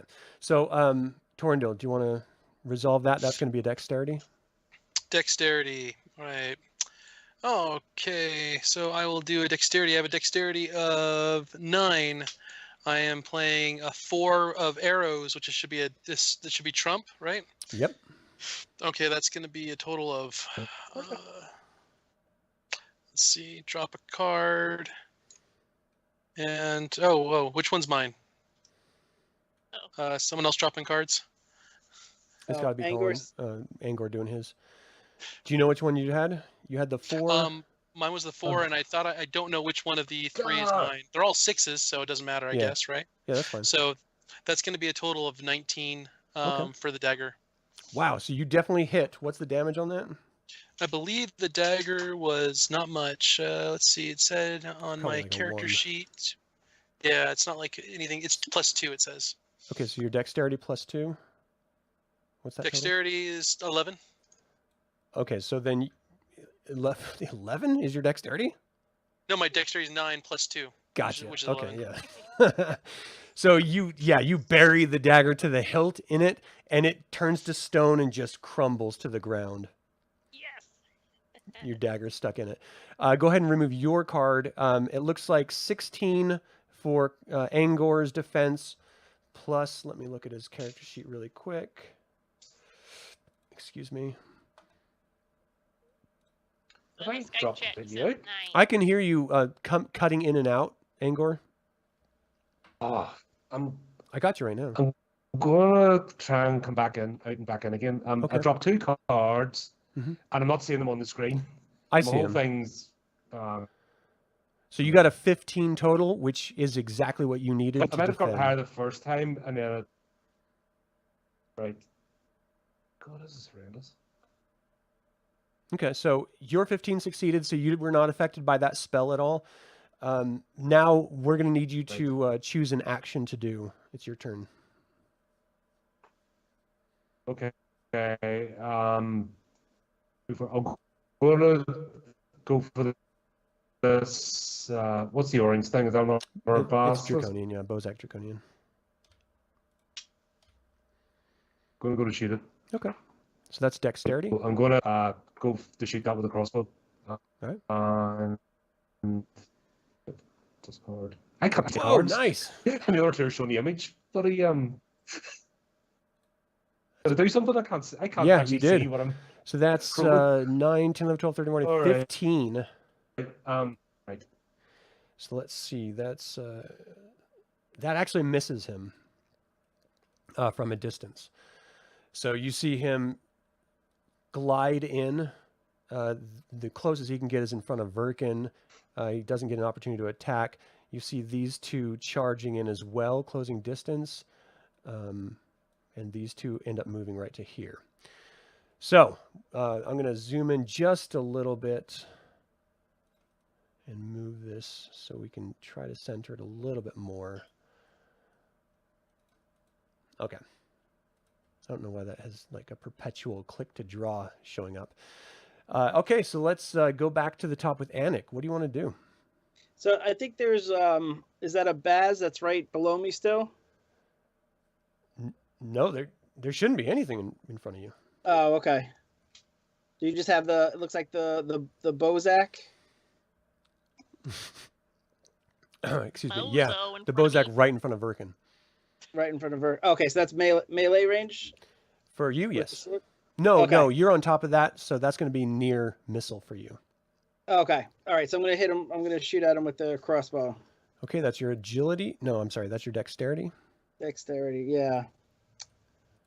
I gotta go. Actually, am I able to jump down Yeah, of and course. get to them in the same round? Yeah, you could slide down and attack him if you want. Okay. Just All move right. yourself in front of Angor and you're good. Okay. Like around there. Yeah, that's good. Okay. So he's gonna jump down and he's like, I can't let Torrendale beat me. And he's gonna get his he's gonna get his sword. Competition. And he's gonna he's gonna attack with the sword. Okay, that's a strength action. So 1, but it's Trump, right? Yes. Sword. Why Okay. does Storm have to be a 1? Ah. That's not good. After all that, Yeah. So strength is a 5, so only 7 total. Yeah, you are unsuccessful. I need you to defend against melee. Okay. So this is an endurance check for you. Whoops. I have to just replenish that card. Okay. So I'm gonna play the shield, which is Trump. Okay. Ugh, and I drew a dragon. Oof. What's your total? Okay, so that's 4, and you said agility, No endurance. endurance. Okay, endurance is 6, so total. Oh, that's not Trump. Yeah, with that. It's just you don't have the dragon because that's agility for shields. Oh, okay.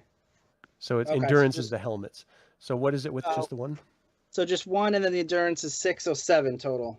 Okay, so you actually end up taking 12 damage as it retaliates and slices across your front of your body, leaving this nice clean mark right between your dinner plates. Oof.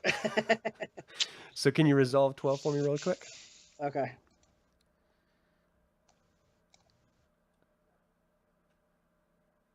All right, so I'll go. Okay, so defense is 3. So, okay, And so that's then- 9. That's 9. So I still need another one. You need 3 more.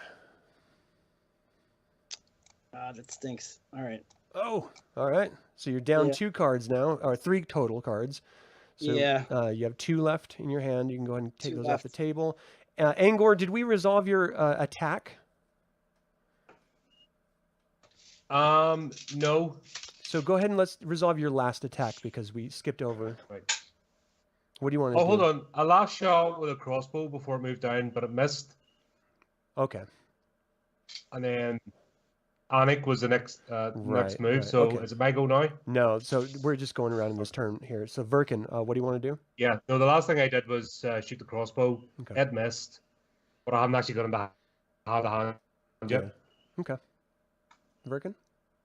All right, I'm gonna attempt the flail bash once again. The flail bash!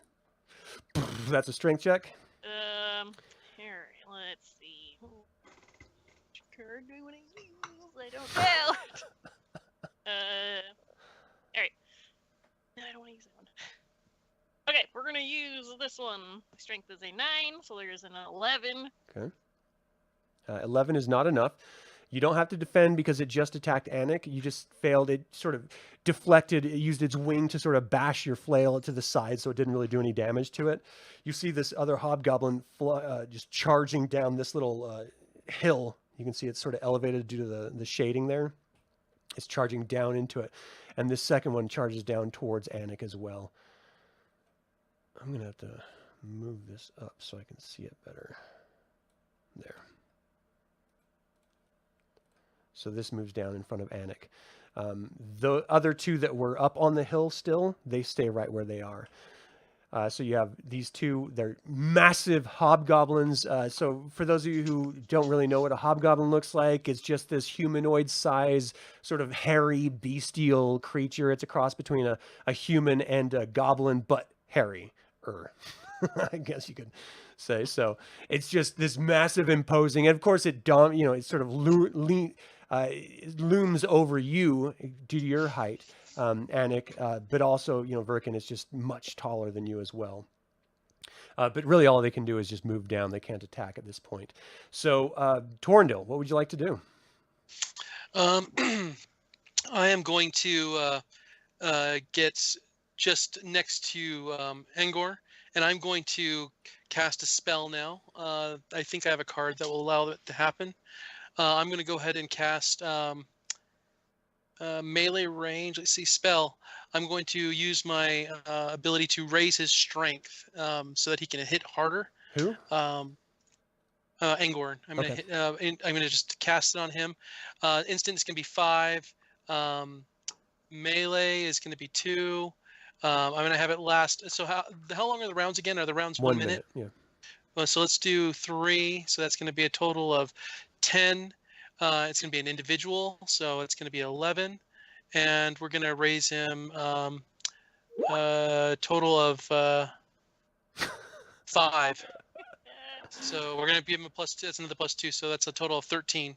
Okay. And I'm going to draw a card. Let's see. I'm going to play my card.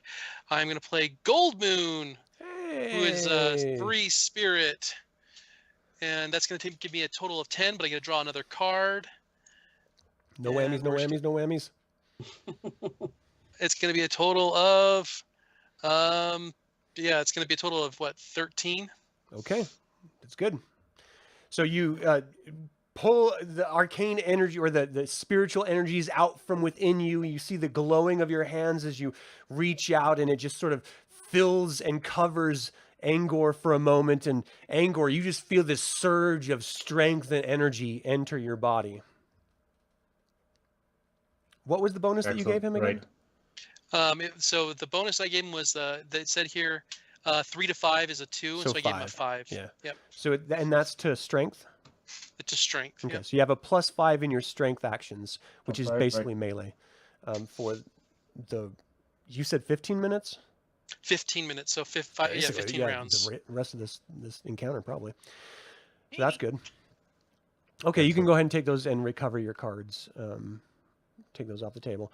So, Angor, what would you like to do? Oh, as you did that, you actually see this. I'm gonna have me some hobgoblin, I think. Okay. It's right there. You're gonna have to move up to one or the other, but yeah. Right.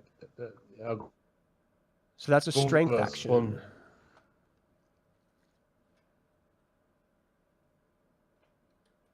Right. So.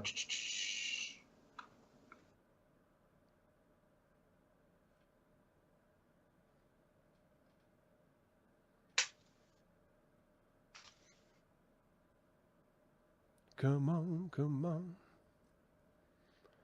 Kill him. Kill them all. Man, every time. Right before. Every damn night. I didn't even realize it. All right, well. This is enhanced Angor, too. Yeah. We're going to have to resolve this when he comes back. Anik, how do you want to do? What do you want to do? All right. I'm going to try again with the sword to the Bozak. Let the rebels wear glasses. Or rabbits wear grass. Nice. It's only a 1, but it's Trump. Yep. Nice. Oops. I drew 1 too Are many. you attacking the Draconian that's in front of you? Yeah, the draconian. Yeah. So that's 8, and then strength is 5, so 13. Okay, it deflects your attack. Now I need you to defend against his. So that's going to be an endurance check. Okay. Okay. Endurance is 6, so that is 13.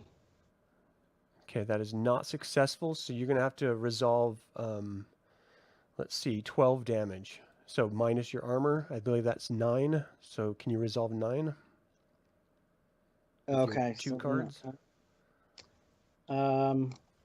It's shield is trump for this. No, that's agility. It would Agility, be right? helmet that would be trump. I cannot. Okay, so you fall unconscious yeah. after being cut in return by this draconian. Oh no. Man down, man down! I needed more plates. If you make it out of this alive, you're going to have to put more plates on, for sure. So we're at a point where everyone is going to have to save again versus magic as this Bozak sort of calls upon the primal forces within Kryn itself and calls down this almost complete flame strike. You just see this fireball flinging out toward you, and it explodes as soon as it ignites against the side of the rock right here, which it's not. It's select. I gotta choose. Can I do it? There you go. It explodes right there, so everyone is going to have to defend against the magic. This is sorcery, so you're going to be using perception to resist. So Anik doesn't have to worry about it. Lucky Anik. Verkin, let's start with you. Part of the For plan. defending against the blast. Yeah, the magical blast. Right. Okay, I'm going to, for perception, that is a 7, and I'm going to draw my quest. So 12. 12 is not enough. Let me guess, it's Corndale? not enough. Jorndale, I have a perception of 9, so I'm gonna be playing a 7 of arrows. So that'll be a 16 total. That is good enough. Angor, hopefully we get you back to resolve your attack and then this defense. So Verkin, you actually have to resolve. Let's see, where is my chart? Sorry, give me 1 second. 9 damage. So minus your armor. I think you had a -1 in your armor. I have, okay, so I have a buckler and some silken armor, so that's a Add it -1 all. and a -1. So -2, so 7 is what you have to resolve. Yeah. I don't know why I'm not showing this, the battle. Sorry, everyone. I really thought I was showing the battlefield, and I was not. Oh, they've been missing all this glorious action. Okay, so I'm gonna use this You can card, hear about it in so- the song that the bard will sing. It's true. Although If we the all song's not as good as the last song. live. Is this bad if it's a dragon card? Is that still gonna work in my favor? It still counts. It's 8, so Okay. all you needed was 7. So yeah, discard it, and you're down 1 card. Hopefully Colin comes back. It looks like he's completely logged off. Hopefully it'll end up working out. I can't even. I can select those. Let me get these Do off I draw a card from the initial? No. perception? Well, No. you're down 2 cards now, right? Or 3 cards? 3. 3. Okay, so then Well, 2 is your total, right? it is. Okay. So if you had 5 and then you took 2 from the last attack, I and had then 4. oh, you had 4, and then you So I just was took already 2 down for one. this one. So then 2 is your total. Okay. So then let's figure out where we are. So that's this guy just cast this massive fireball down in the midst of all of you. It would be Anik's turn. He can't do it. Verkin, what do we want to do? All right. I'm So you mad just got at this blasted from the side. cursed Bozak, so I'm gonna, you know what? I'm gonna use my battle axe this time to attack him. That is a strength. Yeah, let's see. We got strength. And guess what? Pulling out all the stops now. Oh yeah. Nice. Okay, so my strength is a 9. You're attacking the Bozak in front of you? Yes, right in front of me. Can I just say I gave Verkin that spell? Too late. All right, and since it is Trump, guess what? That's a total of 20. You hit it. Battle You axe. take your axe and you just bury it in this Bozak. Can I get some damage? Okay. So it's your strength plus whatever the weapon bonus is. Oh yeah, 15. Whoa! Take Nice. that. What? Okay. Yeah, You my should be strength using is that 9. every time. Oh my gosh. Okay, so that actually you bury it in. I need everyone takes 5 damage that's in melee of this Bozak. So Anik and Verkin, you have to resolve. Oh, Anik's down, so it doesn't matter. So Verkin, I need you to resolve 5 damage from the Bozak exploding in your face. Guess what? No. I'm dead. No! Oh no! That was a badass. I only have 1 card. Ah! So.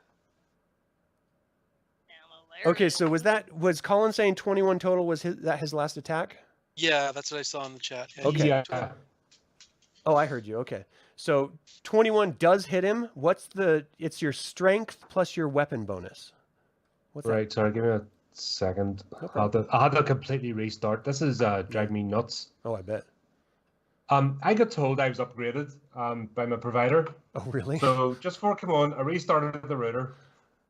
And it's been an absolute pig. And I was streaming earlier on, so this shouldn't be a bloody problem. Yeah. You missed Anik defeating a dragon. Um, Not what so am- much. God, anyway, what am I doing for damage? Sorry. It's your strength plus the modifier of the weapon. Strength plus 11. Whoa, nice. Okay, and you're attacking the hobgoblin right in front of you? Is that including the +5 I gave him? Oh, Oh, yes, it does. it does, right. Sorry, so that's 16. 16. Oh my gosh, you cut this hobgoblin in half. Just Completely bury into it. This guy is dead.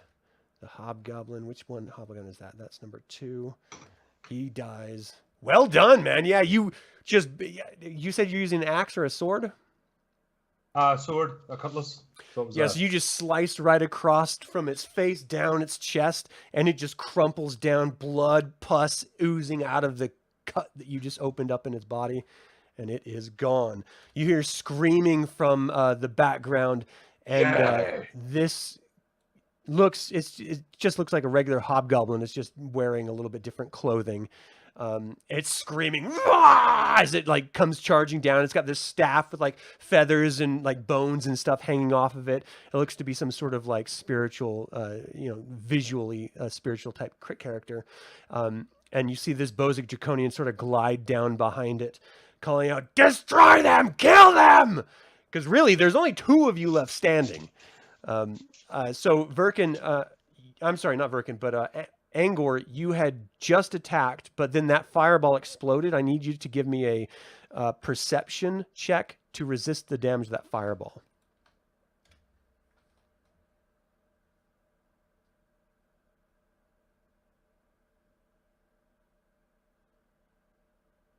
Can you hear me? Oh, here we go. You doing it? That was 11. Nice. Not good 11? enough, but it is nice. I'm sorry to say. So what was the damage I said on that? That was 9 damage. So minus your armor. What's your armor bonuses? -3, so... So you got 6 you need to resolve. And make sure you recover your card from... 6. Ah, right, okay. Okay, guess we're doing that then. That works perfect. All right, so you're down 1 card. Yep. But you would, done really well in cutting down that damn hobgoblin. So now we're going... That's me phasing in and out of reality thanks to that spell. That's why I keep disappearing. It worked out Nice. well. So we're really getting down to the nit and gritty. I mean, you've got 3 creatures, a hobgoblin, 2 hobgoblins, a draconian coming down on you. There's only 2 of you left. You know one of these that are coming up on you is a spellcaster that just cast 2 fire-based type spells. Hopefully they don't have another one in the chamber. And we're at Torrendil. Torrendil, what do you want to do? Quick question. Yeah. Now we have that hobgoblin right next to us. Do I have the ability to do some sort of medical roll to see if I can get either Varric or Anik up? Well, really, you're only Or supposed to Verkin, do sorry, that Verkin. after battle. So, Okay, so I can't if do you it have a during? way of using your spell to heal him, you could do that. My problem is I don't have a lot of points left. Mm, Let's see. Am yeah. I? Because currently I have left. I have 3 spell points left. Whoa! So Yeah, that's not enough. yeah. So I'm not gonna be able to cast anything unless I wait for like days. Yeah, in the Heck. heat of battle, you're not going to be able to pause to, especially with like Okay. looming characters on top of you. You know. All right. Well then, are there any rocks nearby? Anything that's like near my feet? Something that I can pick up with my hand and throw? Sure. Yeah. I mean, Okay. do you not want to I'm gonna enter melee or anything? Well, I don't think I will do well in melee, Gotcha. but Okay. I'm not. I'm better at ranged. Yeah. So Okay, I so guess that's going to be a dexterity check. dexterity check to throw the rock. Yeah. Okay, so I have 9 normally. I am throwing a rock with a 5. So that's going to be a 14. Let me take a look. And I'm assuming you're doing it the hobgoblin in front of you? Yes. Okay, So it's 14. That does actually hit. So the rock I'll say is a +1. So whatever your dexterity +1. 10. What? Oh Yeah, my but 9 for dexterity. gosh! I have a 9 for In the dexterity. boulder. You hit it right square in the middle of its forehead. I can't believe this. You literally drop it and kill it with the impact of that rock splitting its head, part and you hobbit. see its eyes sort of cross over, and it just is like a almost cartoonish, like, and drops to the ground. Blood starts seeping out of its nose and eyes. You killed it. Wow. Great job, dude. I gotta remove Maybe this from the cheering, table. but I am dead. No, you're only mostly dead. That was Missed badass, dude. Okay, so you crushed it. It actually would have moved towards you as for its turn in order to sort of strike back at you, but you did really, really well there. So this hobgoblin, you see, charges down. It looks like it's trying to get to you to attack, but its full turn is going to be moved to that point. You see this Bozak move down in front of who's alive still? Angor.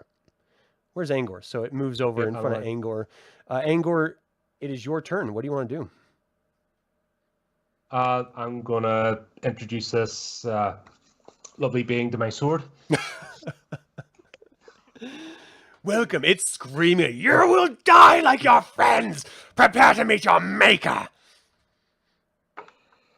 11. Oh, sorry, 16. 16 hits. So what is your strength plus your weapon damage again? Plus the Strength, buff. 7. Plus the buff. Yep. 11. That's 16 again. Oh my gosh. Okay. Ching. Yeah, so I need you to defend against its melee attack. So that's going to be an endurance check.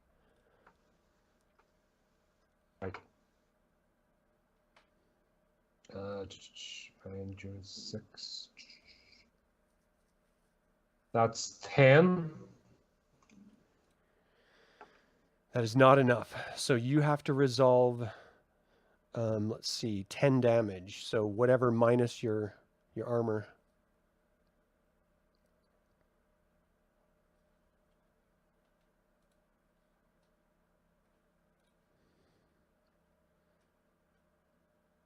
So 10, 9, 7 is what you need to resolve. Oh, and it's frozen again. Okay, so everyone remember he needs to resolve 7. I'm going to write it down right here. And then he actually did kill it, but the way that Saga System works is you attack and defend and then resolve the damage outcome. In this particular case, he ended up cutting down the Bozak right in front of him, and the Bozak immediately just explodes. So he's going to have to resolve the 7 plus the 5. Torrendil is actually far enough away not to be affected by the explosion. So those are 2 different hits he's going to have to resolve when he comes back. Oh, I can just scroll. Right. in and out. What a. Oh, you're back. Okay. Sorry about that. What?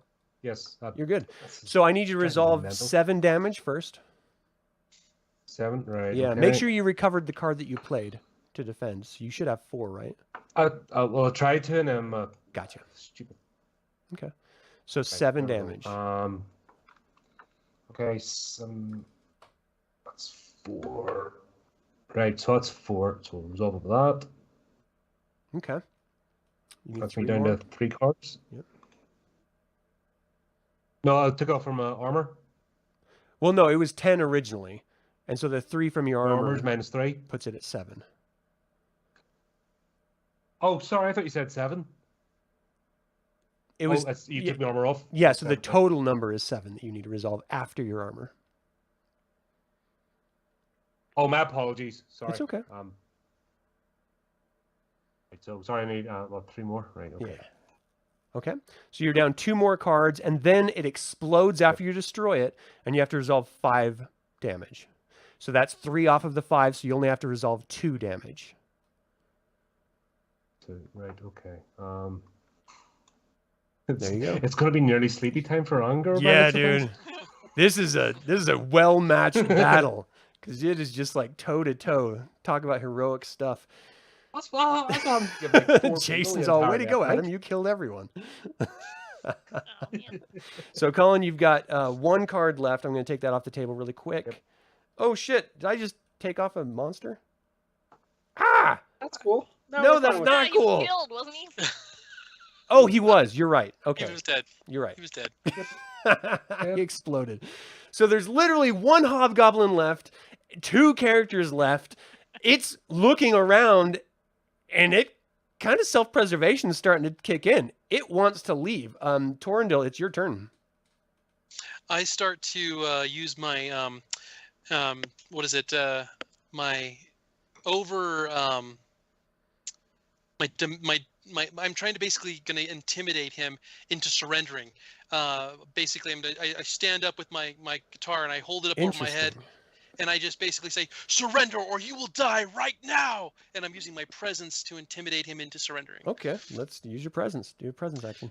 All right, so we got for my presence, I have a 8 plus a 3, which is uncrowned, so that's going to be an 11 plus I get to flip another card, right? Yeah. Which another 3, so that's going to be a 14. It's another crown. Yeah. It's another Oh crown. my no, gosh. Another card. Do I draw another one? Yeah. Yeah, again. Oh well, it's only a 1. Still, but still. 15. Okay, you're telling you better stop or I'm gonna kill you or whatever. Like, let's role play this. What do you say? I say, surrender now, or we will kill you. You see it looking around. It's clearly terrified. It's just, okay, don't kill me. Please don't kill me. And it drops down to its knees and it throws its staff down and it puts its hands behind its head. It's like, please, let me live. Please don't kill me. Please. How many more are there? This is the full force. This is it. This is all of us. Please, I don't want to die. Please, there's more to live. I have children at home. I look over at Angor, and I say, "What do you think we should do with him?" I kick his weapon out of the way. Okay. His head off. You say cut his head off? Not messing about with that. Well, see, I'm an honorable person. I But can't don't know what just else like is out there. murder. We're not. I can't murder when someone like gives in. It's like it's my nature. You don't 'cause I have can't- to. I'm going to. We've got a fate and force. We've got the right thing. So I'm.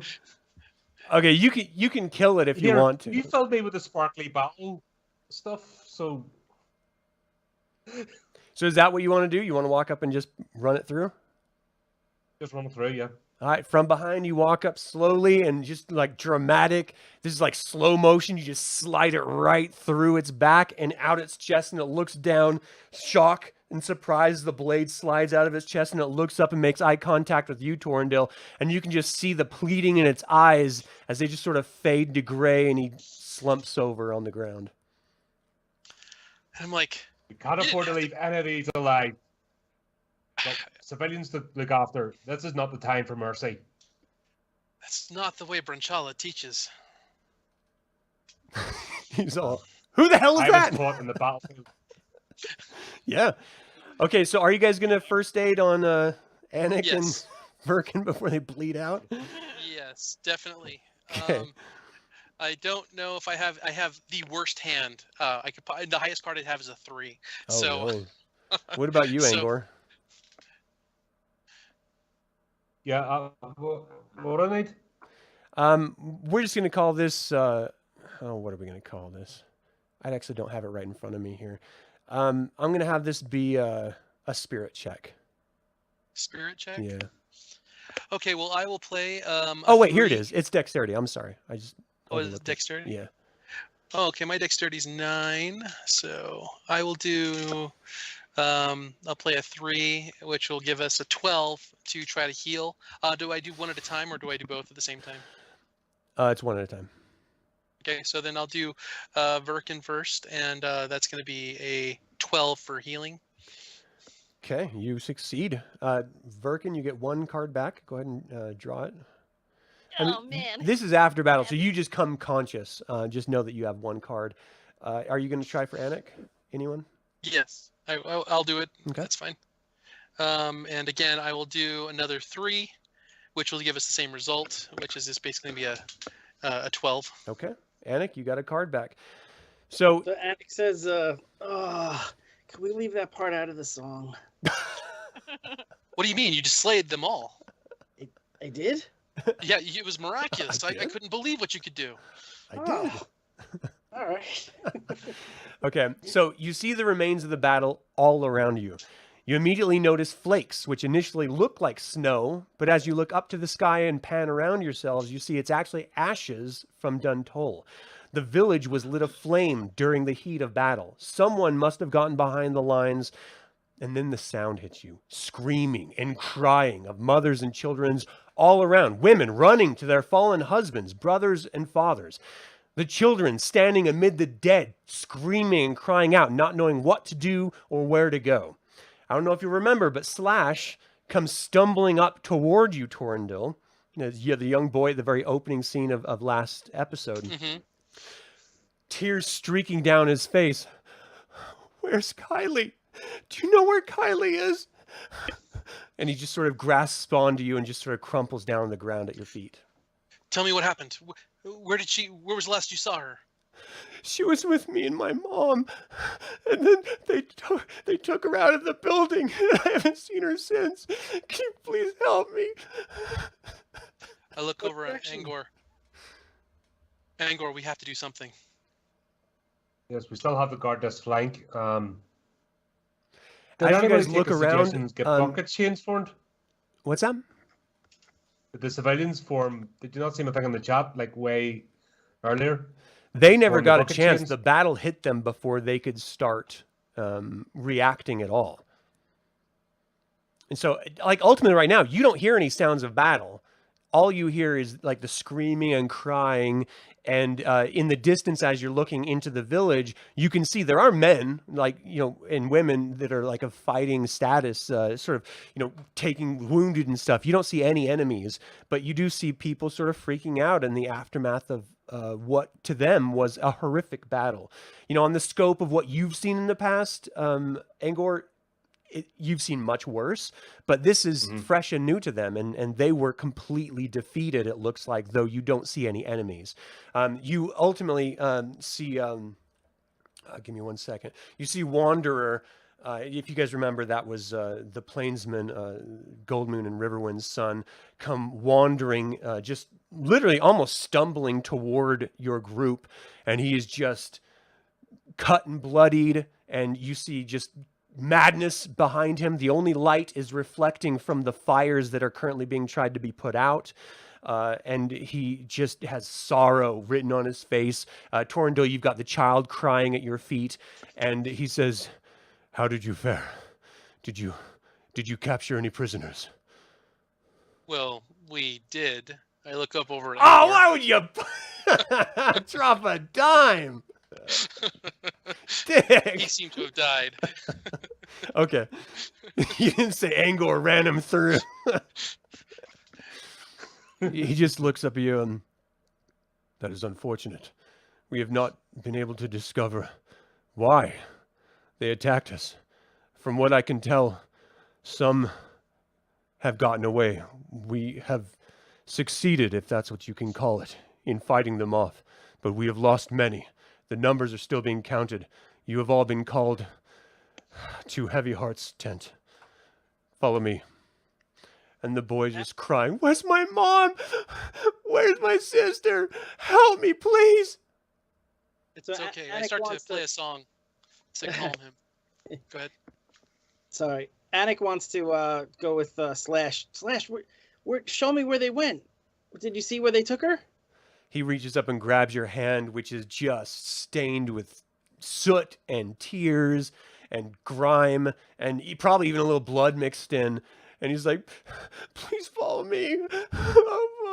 And he's lost it. You know, he doesn't know what to do or where to go. He just sort of starts leading you into the, toward the village and stuff. Generally the same direction as the rest of them, but there is going to be a point of divergence. So if you're not going to join the rest going into the command tent, we can continue with them before we resolve what happens with you. Yeah, he's going to go with wherever Slash takes him. Okay. So Verkin, Angor, and Torrendil, do you follow Wanderer? Yeah, we're following going to the Yes. Heavy Heart's tent. So you enter Heavy Heart's tent, and you actually do see Gareth in there.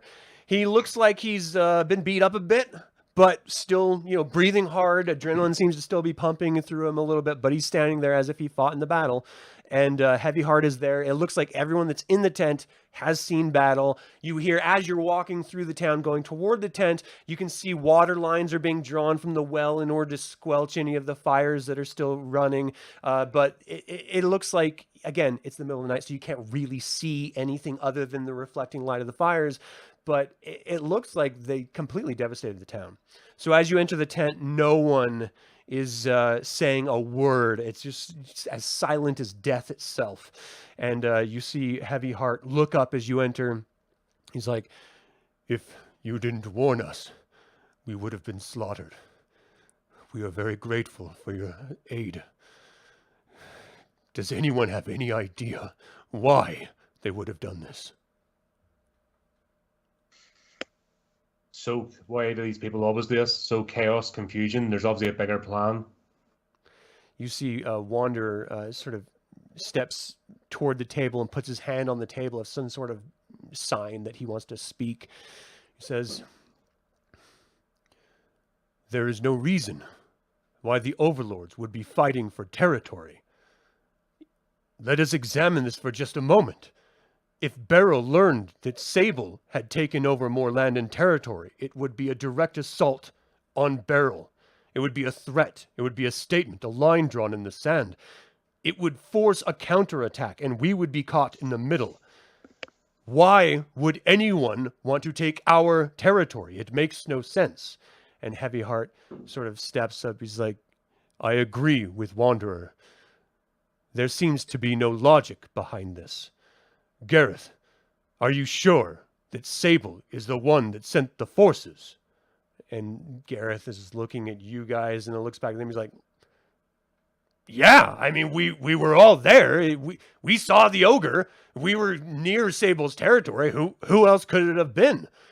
And I'm sorry, not Wander, but Medeus speaks up. What about the blue? What about Thunder? And Heavy Heart looks over. He's like, but Thunder is a lesser overlord. He would not dare. Ayesta would reach out the brass and attack him. Thunder has control of the western side of the Torrendil River, yes, but for him to extend his territory would provoke Sable. There's no way he would dare do such a thing. And Gareth speaks up. He's right. Why would why would Thunder ever try to threaten Sable? I mean, Sable is an overlord. He's a greater threat than any of them. It doesn't make any sense. It must be Sable that prompted this entire excursion. And Heavy Heart. Someone is trying to provoke a war? I stand up and I just put my hands in the air and say, my lords, we can guess all day long what dragons have going on and what they're trying to do. Ultimately now, there's children that were taken. There are people that are taken. We need to figure out how we can recover them. We should care little right now about what the dragons are going to do with us in the future. Let's try to help those that need help right now. You speak from your heart, Heavy Heart mentions. But we must understand one thing. We fought off this excursion. There will be another. If they truly want to take this territory, they will come back, and with greater numbers. Why would they stop now? If their real desires are to either take territory or start a war, we are not a threat, and they have not yet taken this town. So they will, by all reason, come back. You hear Medeus call out, I happen to agree, Heavy Heart. But if we are going to be assaulted again, we do not have the numbers to resist this. You have to understand, we from my village, we can help you fight, but we are not enough. We will have to reach out for help. And Wander speaks up. There are other groups that we could look for help. There's the Legion of Steel. There are the Knights of Solamnia. Perhaps we could petition them for aid. Where's the nearest outpost? Wander tells you, I am not aware of a nearby Knight of Solamnia outpost, but the Legion of Steel is watching and supporting Alana Starbreeze's attempt to get within the border of Sylvenesty, the magical shield that they put up to defend their territory. They are currently being assaulted from ogres from Blood. I'm not entirely sure they would be able to assist us, but they're a week journey away. You hear Heavy Heart say, a week. We may not survive. But there are Knights of Solamnia up in Abanasinia. Certainly from your own home of the Quay Shu. They are nearby in the town of Solace, I believe. Oh my gosh, I'm sorry guys, it just left me. The Tomb of the Last Heroes. Certainly they would assist us. And they're only, if by land, less than a week away. Is there a possibility that we could pack everything up and have everyone move out, so that way at least the civilians will not be killed if we can't defend them? Move out to Solace then? You see Heavy Heart just sort of withdraw within himself with this look on his face. He's like, I cannot abandon my home, my clan, my tribe. This is our life. This is where we live. I would rather stand and die to fight for my home than give it up. I step over to him and I say, I used to have a home before the storm of chaos. I put my hand on his heart and on his chest and say, this is your life. This is where you live. You can always take this back. You lose your heart. You lose your life. You can't defend your people.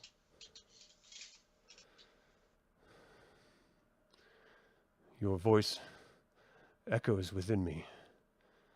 Perhaps we could send the women and children, those men who are too old to fight. I cannot resolve myself to leave my land. This is the home of my father's father. We have been here from the beginning of time. Would you guide my people to Abanasinia? I look back over to Angor and to Varric, and then finally to Anik and Verkin. Sorry, and I look at him going, "What do you guys think? Are we ready to be guides now?" One thing, did you say a group of these warriors escaped? We may need to track them to find out their origin. Wander speaks up. He's like, that is an entirely different proposition. Are we prepared to split our forces? One leading men and women to Abanasinia, and the other to go hunt the surviving attacking force. I'm not sure that would be wise. One or the other should be the choice. Well, On one I'm hand, glad that we were able to help the town through this battle. And I think searching for aid in the north of Amnesinia is our next best course of action. But were there other children taken besides Slash's sister? Shouldn't we Okay, go so after let's them? get back to you really quick as they're having this heated conversation with tons of implications, not just of potential machinations between overlords or lesser overlords and trying to expand territories, but how did they get past the flanks? No one has asked this question yet. How, were there people taken? We haven't quite resolved that yet, which we're going to get to you, Anik. There's a lot of questions unanswered, and it is really, of course, everyone is sort of coming down off of the adrenaline of battle, which is, if you've ever been in a fight for 20 seconds, is entirely exhausting, let alone 10, 20 minutes of straight on war. So, everything is starting to hit you emotionally, physically. It's starting to weigh on you. Anik, you're being led by Slash to this burnt down husk of a building. He's like, they were here. And men came in to take them. They said they were taking them somewhere safer. And I stayed behind, and I barely escaped through the wall here. And he shows a piece of, a burned out, broken down wall that he sort of fought through, which would explain all the soot on his hands and stuff. He's like, I don't know where they went from there, but he's gone. Can you track them? Is there anything you can do for me? We'll find her, Slash. We'll find her. Was she wounded? Did you remember if she No, was? we were hiding, and the house caught on fire on the levels above us, and they came in and they took them. Let's look for tracks. I've seen other rangers do that, especially by my dad's garrison. They look for tracks. We have to find tracks, and then we'll find them, and we'll get your sister back. So I'm going to need a perception check if you're going to start searching for tracks. Not my strong suit. Yeah, it's not very heroic. Perception's 2, so that's a 3. Okay, yeah, you're doing your best. To be fair, it's the middle of the night. There's tons of mud and gunk from the few days of rain that have been assaulting this area. To find tracks in here, you would have to be a master tracker. And you are doing your best, but you just can't find anything. And ultimately, you see men look over and see you sort of examine the ground like, hey, you there, help us put these fires out. We need some aid. The town is burning still. You're not alone here. There are people sort of freaking out all over. Women are sort of walking the line of the, on our side of the wall, the village side of the wall, finding their husbands or, people who were slain or just looking for them. There's screaming and crying from children. And so it's really, really chaotic. So it's not like that person was calling you specifically out, just the fact that it's general chaos and pandemonium and no one has really taken lead on the outside. And this is a weird juxtaposition between what's happening inside the tent versus what's happening outside the tent. There seems to be no leader rallying or organizing anyone outside or working on trying to find, any potential survivors. It really just seems to be a reactionary to, the chaos of the war and the existing fires that are still trying to be put out. So what would you like to do? So he wants to still calm down Slash. So he's going to say, Slash, look, think about it this way. If they wanted to kill your sister, they could have done so. They did so with a lot of other They people. killed her. No, She's gone. didn't.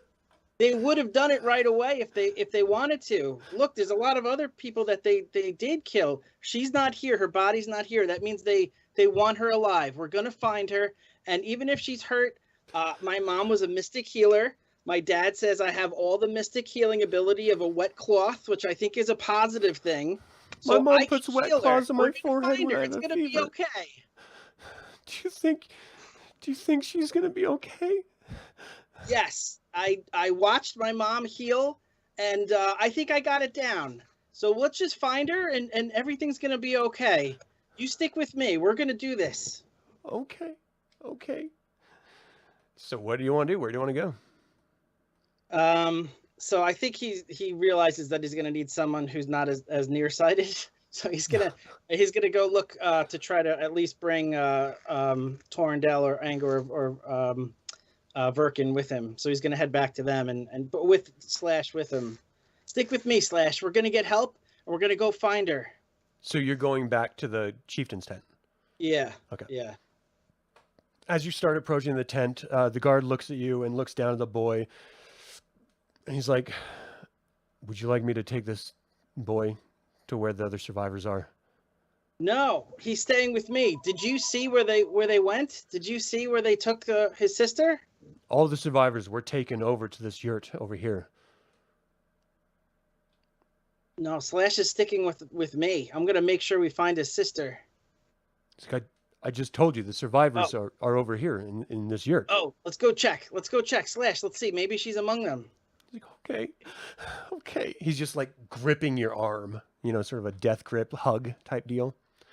Okay. You walk over to what he directed you toward. It would be like the survivor tent or something, and you enter, and it's like almost like a makeshift field hospital where you have people sort of doting over wounded, taking care of them. You see semblance of plainsman versions of surgeons addressing medicine men and women addressing the wounded, and you see men and women sort of holding on to the wounded's hands and just for those who aren't actively holding on to a wounded person, they're sort of in the back trying to help the way they can. And as soon as the tent flap opens, you see oh, I'm sorry, my notes here. You see Kylie just scream, Slash! And she runs up and gives Slash a huge bear hug, and he's crying and she's crying, and their mother comes up, and she just like gets down on her knees and gives you a huge hug. Thank you so much for bringing him back. It means everything. We thought we lost him in the chaos. Oh, that's what us knights do. Glad to help. What's your name? I am Anik Overlook, Arrow Catcher, Straw Slayer, Knight of the Dinner Plate. You're always welcome here, Anik. You'll always have a place with us. Thank you so much. And she like gives Slash a huge bear hug, and they all just sort of retreat to a corner of the tent where some of the other survivors are. Awesome. All right, so then he's going to head back then to try to find his friends. Okay. So you enter the tent as everyone's having these conversations. Do you guys have anything to say? What are your thoughts? Sorry, I cut out before we finish off the last action. So, all the survivors and wounded are being accounted for, yeah? Yeah. At the moment? Yeah. Right. So, before, obviously, need to make sure people are ready to travel if that's what we're going to do, but we also need to discover where this group are heading. We need to track this group that basically escaped and let them lead us to their main party. Gareth So we need a speaks up. small scouting group. Gareth's like, look, I hear you, Angor, and you know me. I'm not afraid to step up in a fight. But if we follow the remnants of the attacking force to a larger force, we're dead. And quite frankly, I don't know if we barely survived that incursion. If there's a greater force behind these, we would be walking into it. I feel much better if we just get some other people's help and let them fight for these people. Quite frankly, I don't want to sound callous here. And he's like looking over at Heavy Heart and looking over at Medeus and Wanderer. I want to walk away with my life. And look, if Dragon Overlords are involved, this is a failed cause already. So we should find help and leave. And Wander just sort of shakes his head. I think we should search for help and not abandon all hope to these mercenaries. Medeus looks up. I tend to agree. If Solamnia Knights in Abanasinia happen to be the closest aid, then we should probably seek for aid there. And Wanderer speaks up. I do know some Legion of Steel. It is a longer journey through the Plains of Dust, but my people have led others, and we can reach them. Heavy Heart looks at all of you. Who do you trust more? Do you trust the Knights of Solamnia or the Legion of Steel? And would you, on our behalf, seek them out? Knights of Solamnia, guys, right? Is this even a question? So for those of you who don't know, just a bit of clarity, the Knights of Solamnia are basically like paladins. They're like so holy do-gooders, you sort of Charlemagne paladin type characters. The Legion of Steel is an order of knighthood based around neutrality, and they use a lot of subterfuge to gain information, and they don't mind backstabbing if they need to, but ultimately they're fighting to preserve good. They're just using at times questionable methods in order to achieve their ends. There is presence. It will take longer to get to the Legion of Steel, but there's a presence here that Wander says he might have a contact for. As far as these people here, they don't have any contact for Knights of Slamnia, though it would take less time to get to them in Abanasinia, about half the time. But then we also have to consider time to get there, to convince them to travel for aid, and then the time to get back. And is that going to be too long? Well, my question is, aren't the Knights of the Order of Steel, aren't they all of the deserters from the Knights of Solamnia or Knights of Takhisis or other orders? Yeah. So I have a personal thing against people who break their word and leave their group. Mm-hmm. So I vote for the Knights of Solamnia and going to Abanasinia. Okay. Anyone else? And taking all the people with us that can't fight, so that way they don't get killed in the interim. Anyone else? I agree with that. Yeah, I think the the Knights of sooner we Slamnia sounds get excellent. aid, the better. Finally, someone agrees with me. Okay. Don't get used to it. This time. Okay, so then if it's the Knights of Slamnia, Heavy Heart asks you, there's a clear path through Thorbarden's territory up into Abanasinia, past Haven, into Solace, where there is actually a Legion of Steel outpost, as well as Knights of Slamnia in Solace. However, if you go overland, you're going to have to pass through Beryl's territory. The Dark Knights work for Beryl, so you will have to navigate through Dark Knights, unless you sail around in the New Sea into Abanasinia, which would then take longer, but at least you wouldn't have to deal with potential Dark Knights. Well, could we go and make it to Newports? Hold on, we're taking civilians with us? Will there be enough ships? You would have to sail out of Salmonfall. You don't know the number. They don't know the number of ships that would be available when you got there, whenever you got there. If you went into Newports, you would still have to pass Haven, which is still technically considered Beryl's territory. So you would... isn't Newports east of Haven? Well, let me show you. Well, let me see if I can show you on the map here. Isn't this Newports right here? Let me zoom in. So Newports is literally right here. Oh, right there, like in the very center right of that line that's moving up and around, whereas Solace is it up right north of that. Yeah. So Beryl has this entire area where that red dot is through, that's going right through the Newport space right there, right here. Why is mine not doing that little dot thing? Are you on the selection tool? The problem is you can't see like the center dot. So let me try to zoom in here.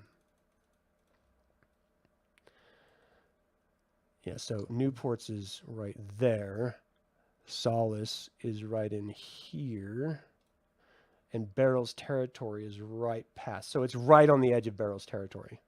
It looks like from here. So it's whether or not, really what it comes down to is whether you want to risk dealing with Dark Knights or not. And if you don't want to deal with them, the best course of action would be to sail as far as you can. Okay. Yeah, well, for bringing civilians with us, it's just taking the chances of there being enough ships for everybody. It's a real risk. We don't want to be encountering the Dark Knights with civilians in tow. Because that's just going to be bloodshed. Right. If it was just us, to be honest, Heavy Heart, he's not 100% convinced that he wants you to take everyone, you know? Well, I say we avoid the Dark Knights. Sail! What do you One guys thing I think? can say about the Dark Knights, they might be evil, but they're also honorable. It's true.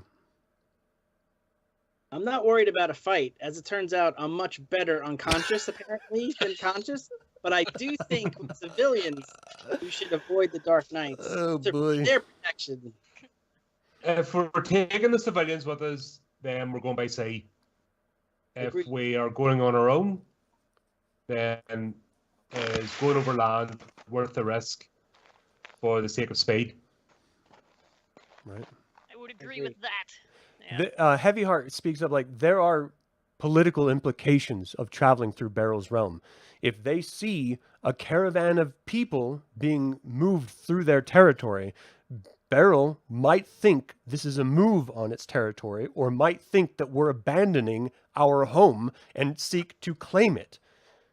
Like, we have to think of the political machinations behind our actions, the repercussions behind our actions, because they can be perceived as one thing. It could look like an invasion to Beryl, and it doesn't need a dragon overlord to understand in order to react. And I do not want to bring down the wrath of, quite frankly, self-conscious and insane green dragon upon my people. I look over to Verkin really quick and say, isn't Thorbarden closer? It It would is. appear so. It definitely is. The We dwarves, head underground. yeah, so Verkin, you know that you're a hill dwarf. You know that the mountain dwarves, as soon as the Chaos War ended, shut their gates again.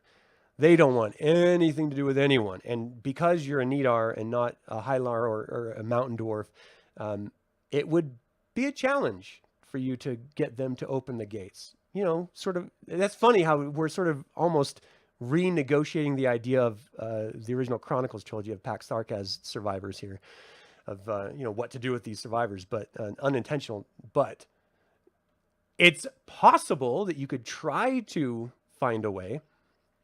But let's examine that really quick, because if you did then take the people to Thorbarden, they're not going to help you. They're not going to go leave their mountain. So then would you have to do 2 quests of leading them to Thorbarden and then going up to Solace? And then how long is that going to take? And is that going to be too long for the you know, if there's another force coming to then, you know, take this entire city or town?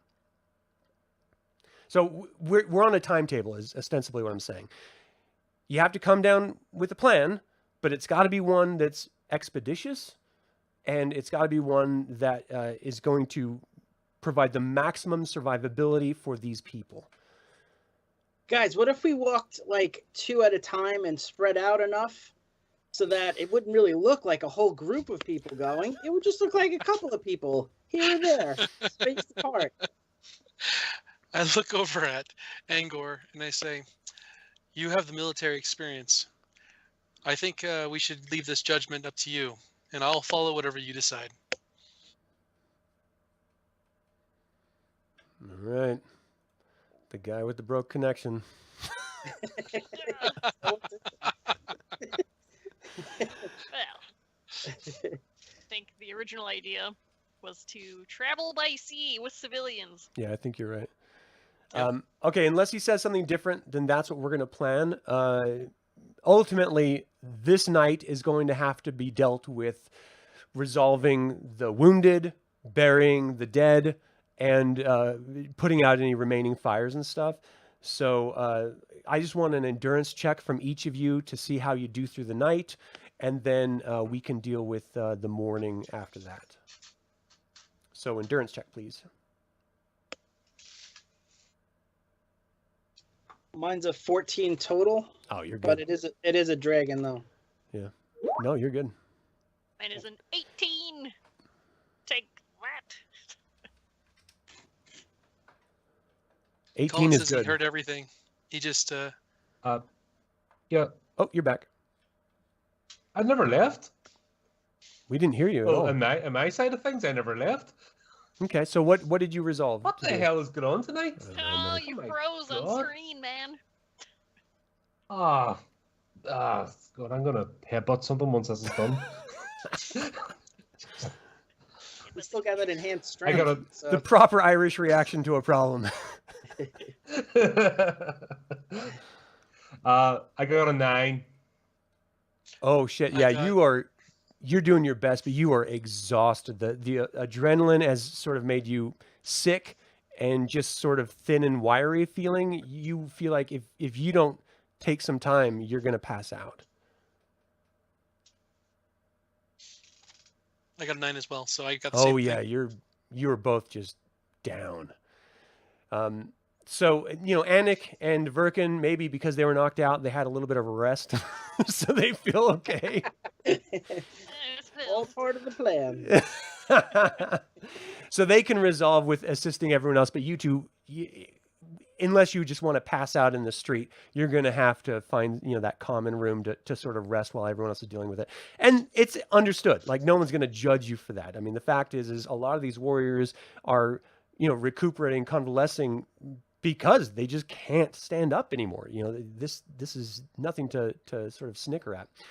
So it's understandable you need to convalesce a little bit as they assist with the evening. As morning dawns, the true chaos of what happened during the night comes into full view of the light of day. And this is the first crisp and clear morning with frost just covering the plains. You can see the nightmare that was the results of that battle. Blood is still staining, and blast marks on the ground from draconians exploded, and magical spells have been cast, marking the territory and the buildings.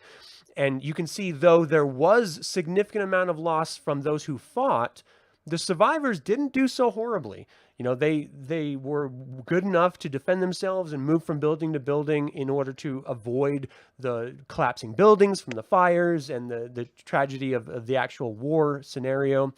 And the wall held. So that had a huge impact on survivability for this village. So props to each and every one of you. You have successfully defended the town of Duntole. You get 1 quest point. If that means that you're on the next tier of your reputation, then you have then gained another card. And we can see what that's supposed to be right now. So I changed to 11. Let me see. Which pushes me to master territory. Master. Where are we putting our I'm +1 looking quest here. point? So this It's should in be our character sheet on the core. If you scroll down about the third, 2/3 of the way down, you'll see there's a section where it talks about background, homelands, wealth, quests, Ah, the hand, and hand. quests. Yep. Oh, quest. So if you have goes up. 7 to 10, you're a champion with 5 cards. If you have 11 quests now, you're a master in reputation, and you have 6 cards. Okay. If you're still in that What? 7 to 10 range, then you still only have 5. Okay. I went from 9 to 10. Oh, nice. Okay. So next quest. So your next quest is to go get help. Obviously it's to travel up to Abanasinia. You need to find a ship, probably out of Salmonfall would be the closest place. And that's going to take you, the better part of a day to get to. But it is in the free realms. So in the morning, you gather up the remaining survivors that are willing to abandon everything. These are going to be people who their wives and husbands, who are the defenders of the town, insist that they go, or the survivors of those who fell in battle. And ultimately, Heavyheart is supporting you in your decision of trying to get as many survivors out. And so he is asking Wanderer to go with you and help guide you, because Wanderer has a significant presence in Salmonfall and can help you acquire passage to Newports from there if you'd like. So is that what you all are still in line to do? Sure. Yep. Okay. We already Is agreed. Gareth still? So Close Gareth by. was with you in the command tent. He told you, look, I'm going to stay here and keep defending the town if anything comes out. I'm sure that, just between you and him, I'm sure Heavyheart has some money to pay me if we all survive this whole ordeal. So I don't mind staying behind and just sort of watching with the other warriors and trying to, lead them in the proper way of defending this shithole of a village, if I'm being quite honest. That's what he says to you. Ah! This internet connection Blasted. is the bane of my existence. Is he familiar? Oh, you're back. Oh my god, this is driving me. Oh, It is insane. according to me, I didn't leave. This is Something's driving up with me. your upload. Your upload speed's getting Yeah. bogged down by something. Right. Basically, what I want to ask, is, are there the former diamond company in proximity? Whew. Most of the company was wiped out in the last excursion. You know that there could be around 20 or 30 surviving mercenaries. But again, that was up near, Naraka, north of Sable's territory. Gareth tells you that he ran into some people in some rundown... Are the villages that he's aware of? I'm sorry, say again? I'm still here. Yeah, you're here now. So what Here. did you say? All right, okay. What I was going to do was give him some coin from a pouch and see if he can effectively go and recruit some to bring back. Interesting. Okay. Yeah. And there's a chance that, one last hurrah for the company reform. But if there's any that within traveling distance, if I hand him a pouch with of some gems and coin, they effectively go and recruit them, bring Yeah. them back. Yeah. He looks down at the pouch, smiles, ties it to his belt. He's like, "You got it. I will do just that." Okay. So Cool. he has a Actually mission. did something. He has a mission. He's going to go execute the women and children all gathered together with you and Wanderer and, a couple of the older plainsmen and women who, know the territory a lot better than everyone else. And they sort of guide you towards Salmonfall. As soon as you get into we're sort of reaching the end of our time here. As soon as you get to Salmonfall, Wanderer assists you in capturing some ships. And ultimately, there's one barge that will fit the survivors in order to sail to new ports. It doesn't leave for a day, but it's really the best option you have if you're not going to go over land. So if you're okay with waiting for a day, then you can go off then at that point, and Wanderer will return back to Duntoll. Is that what you want to do? Sounds like a plan. Okay. Do we get to recoup any of our cards? Yeah, so at this point, after we get having points. slept the night and traveling to the day, you've had your wounds taken care of. Everyone is full spell points, full hand of cards, whatever that hand is going to be. Ultimately, we'll deal with that, in the next session here. Within 2 days of oversea travel, the weather's not terribly bad, a bit choppy because just the season. And the cold breeze coming across the inland river, or it really looks like an inland ocean, to be quite fair, New Sea, is pretty brutal. And so those of you who are not used to traveling overseas, who aren't really traveling types, are suffering a lot. I don't know how you feel about Verkin, how you feel about oversea travel. Dwarves typically aren't quite favorable of getting in the water, but totally up to you on how you react to it. Yeah, I think Verkin is more excited than anything to be out at sea. So, Maybe a little queasy. I'm going to leave it up to you guys, but whoever is not proficient with getting, into the water and actually traveling on sea, I'm going to need an endurance check to see if you get seasick, just for fun. Yeah, I don't think my character. I think he was in his the castle the whole time. Right. So he probably would. Yeah, let's get some endurance checks going. This is really just to see if you puke. That's really I get a 6. a 6. It's Yeah, you're getting sick. 11 total. You're okay. I got a 15. I Oh, don't want to puke. You're totally good. Yeah, you Did swallowed Anik it. find the ship's rum? What's that? Did Anik find the ship's rum? Yeah. Yeah. Oh, Torrendale, right? Oh yeah, I found it. I found it good, like 3 times over. They're actually banning him. He's drinking Sorry, too much. got mixed up again.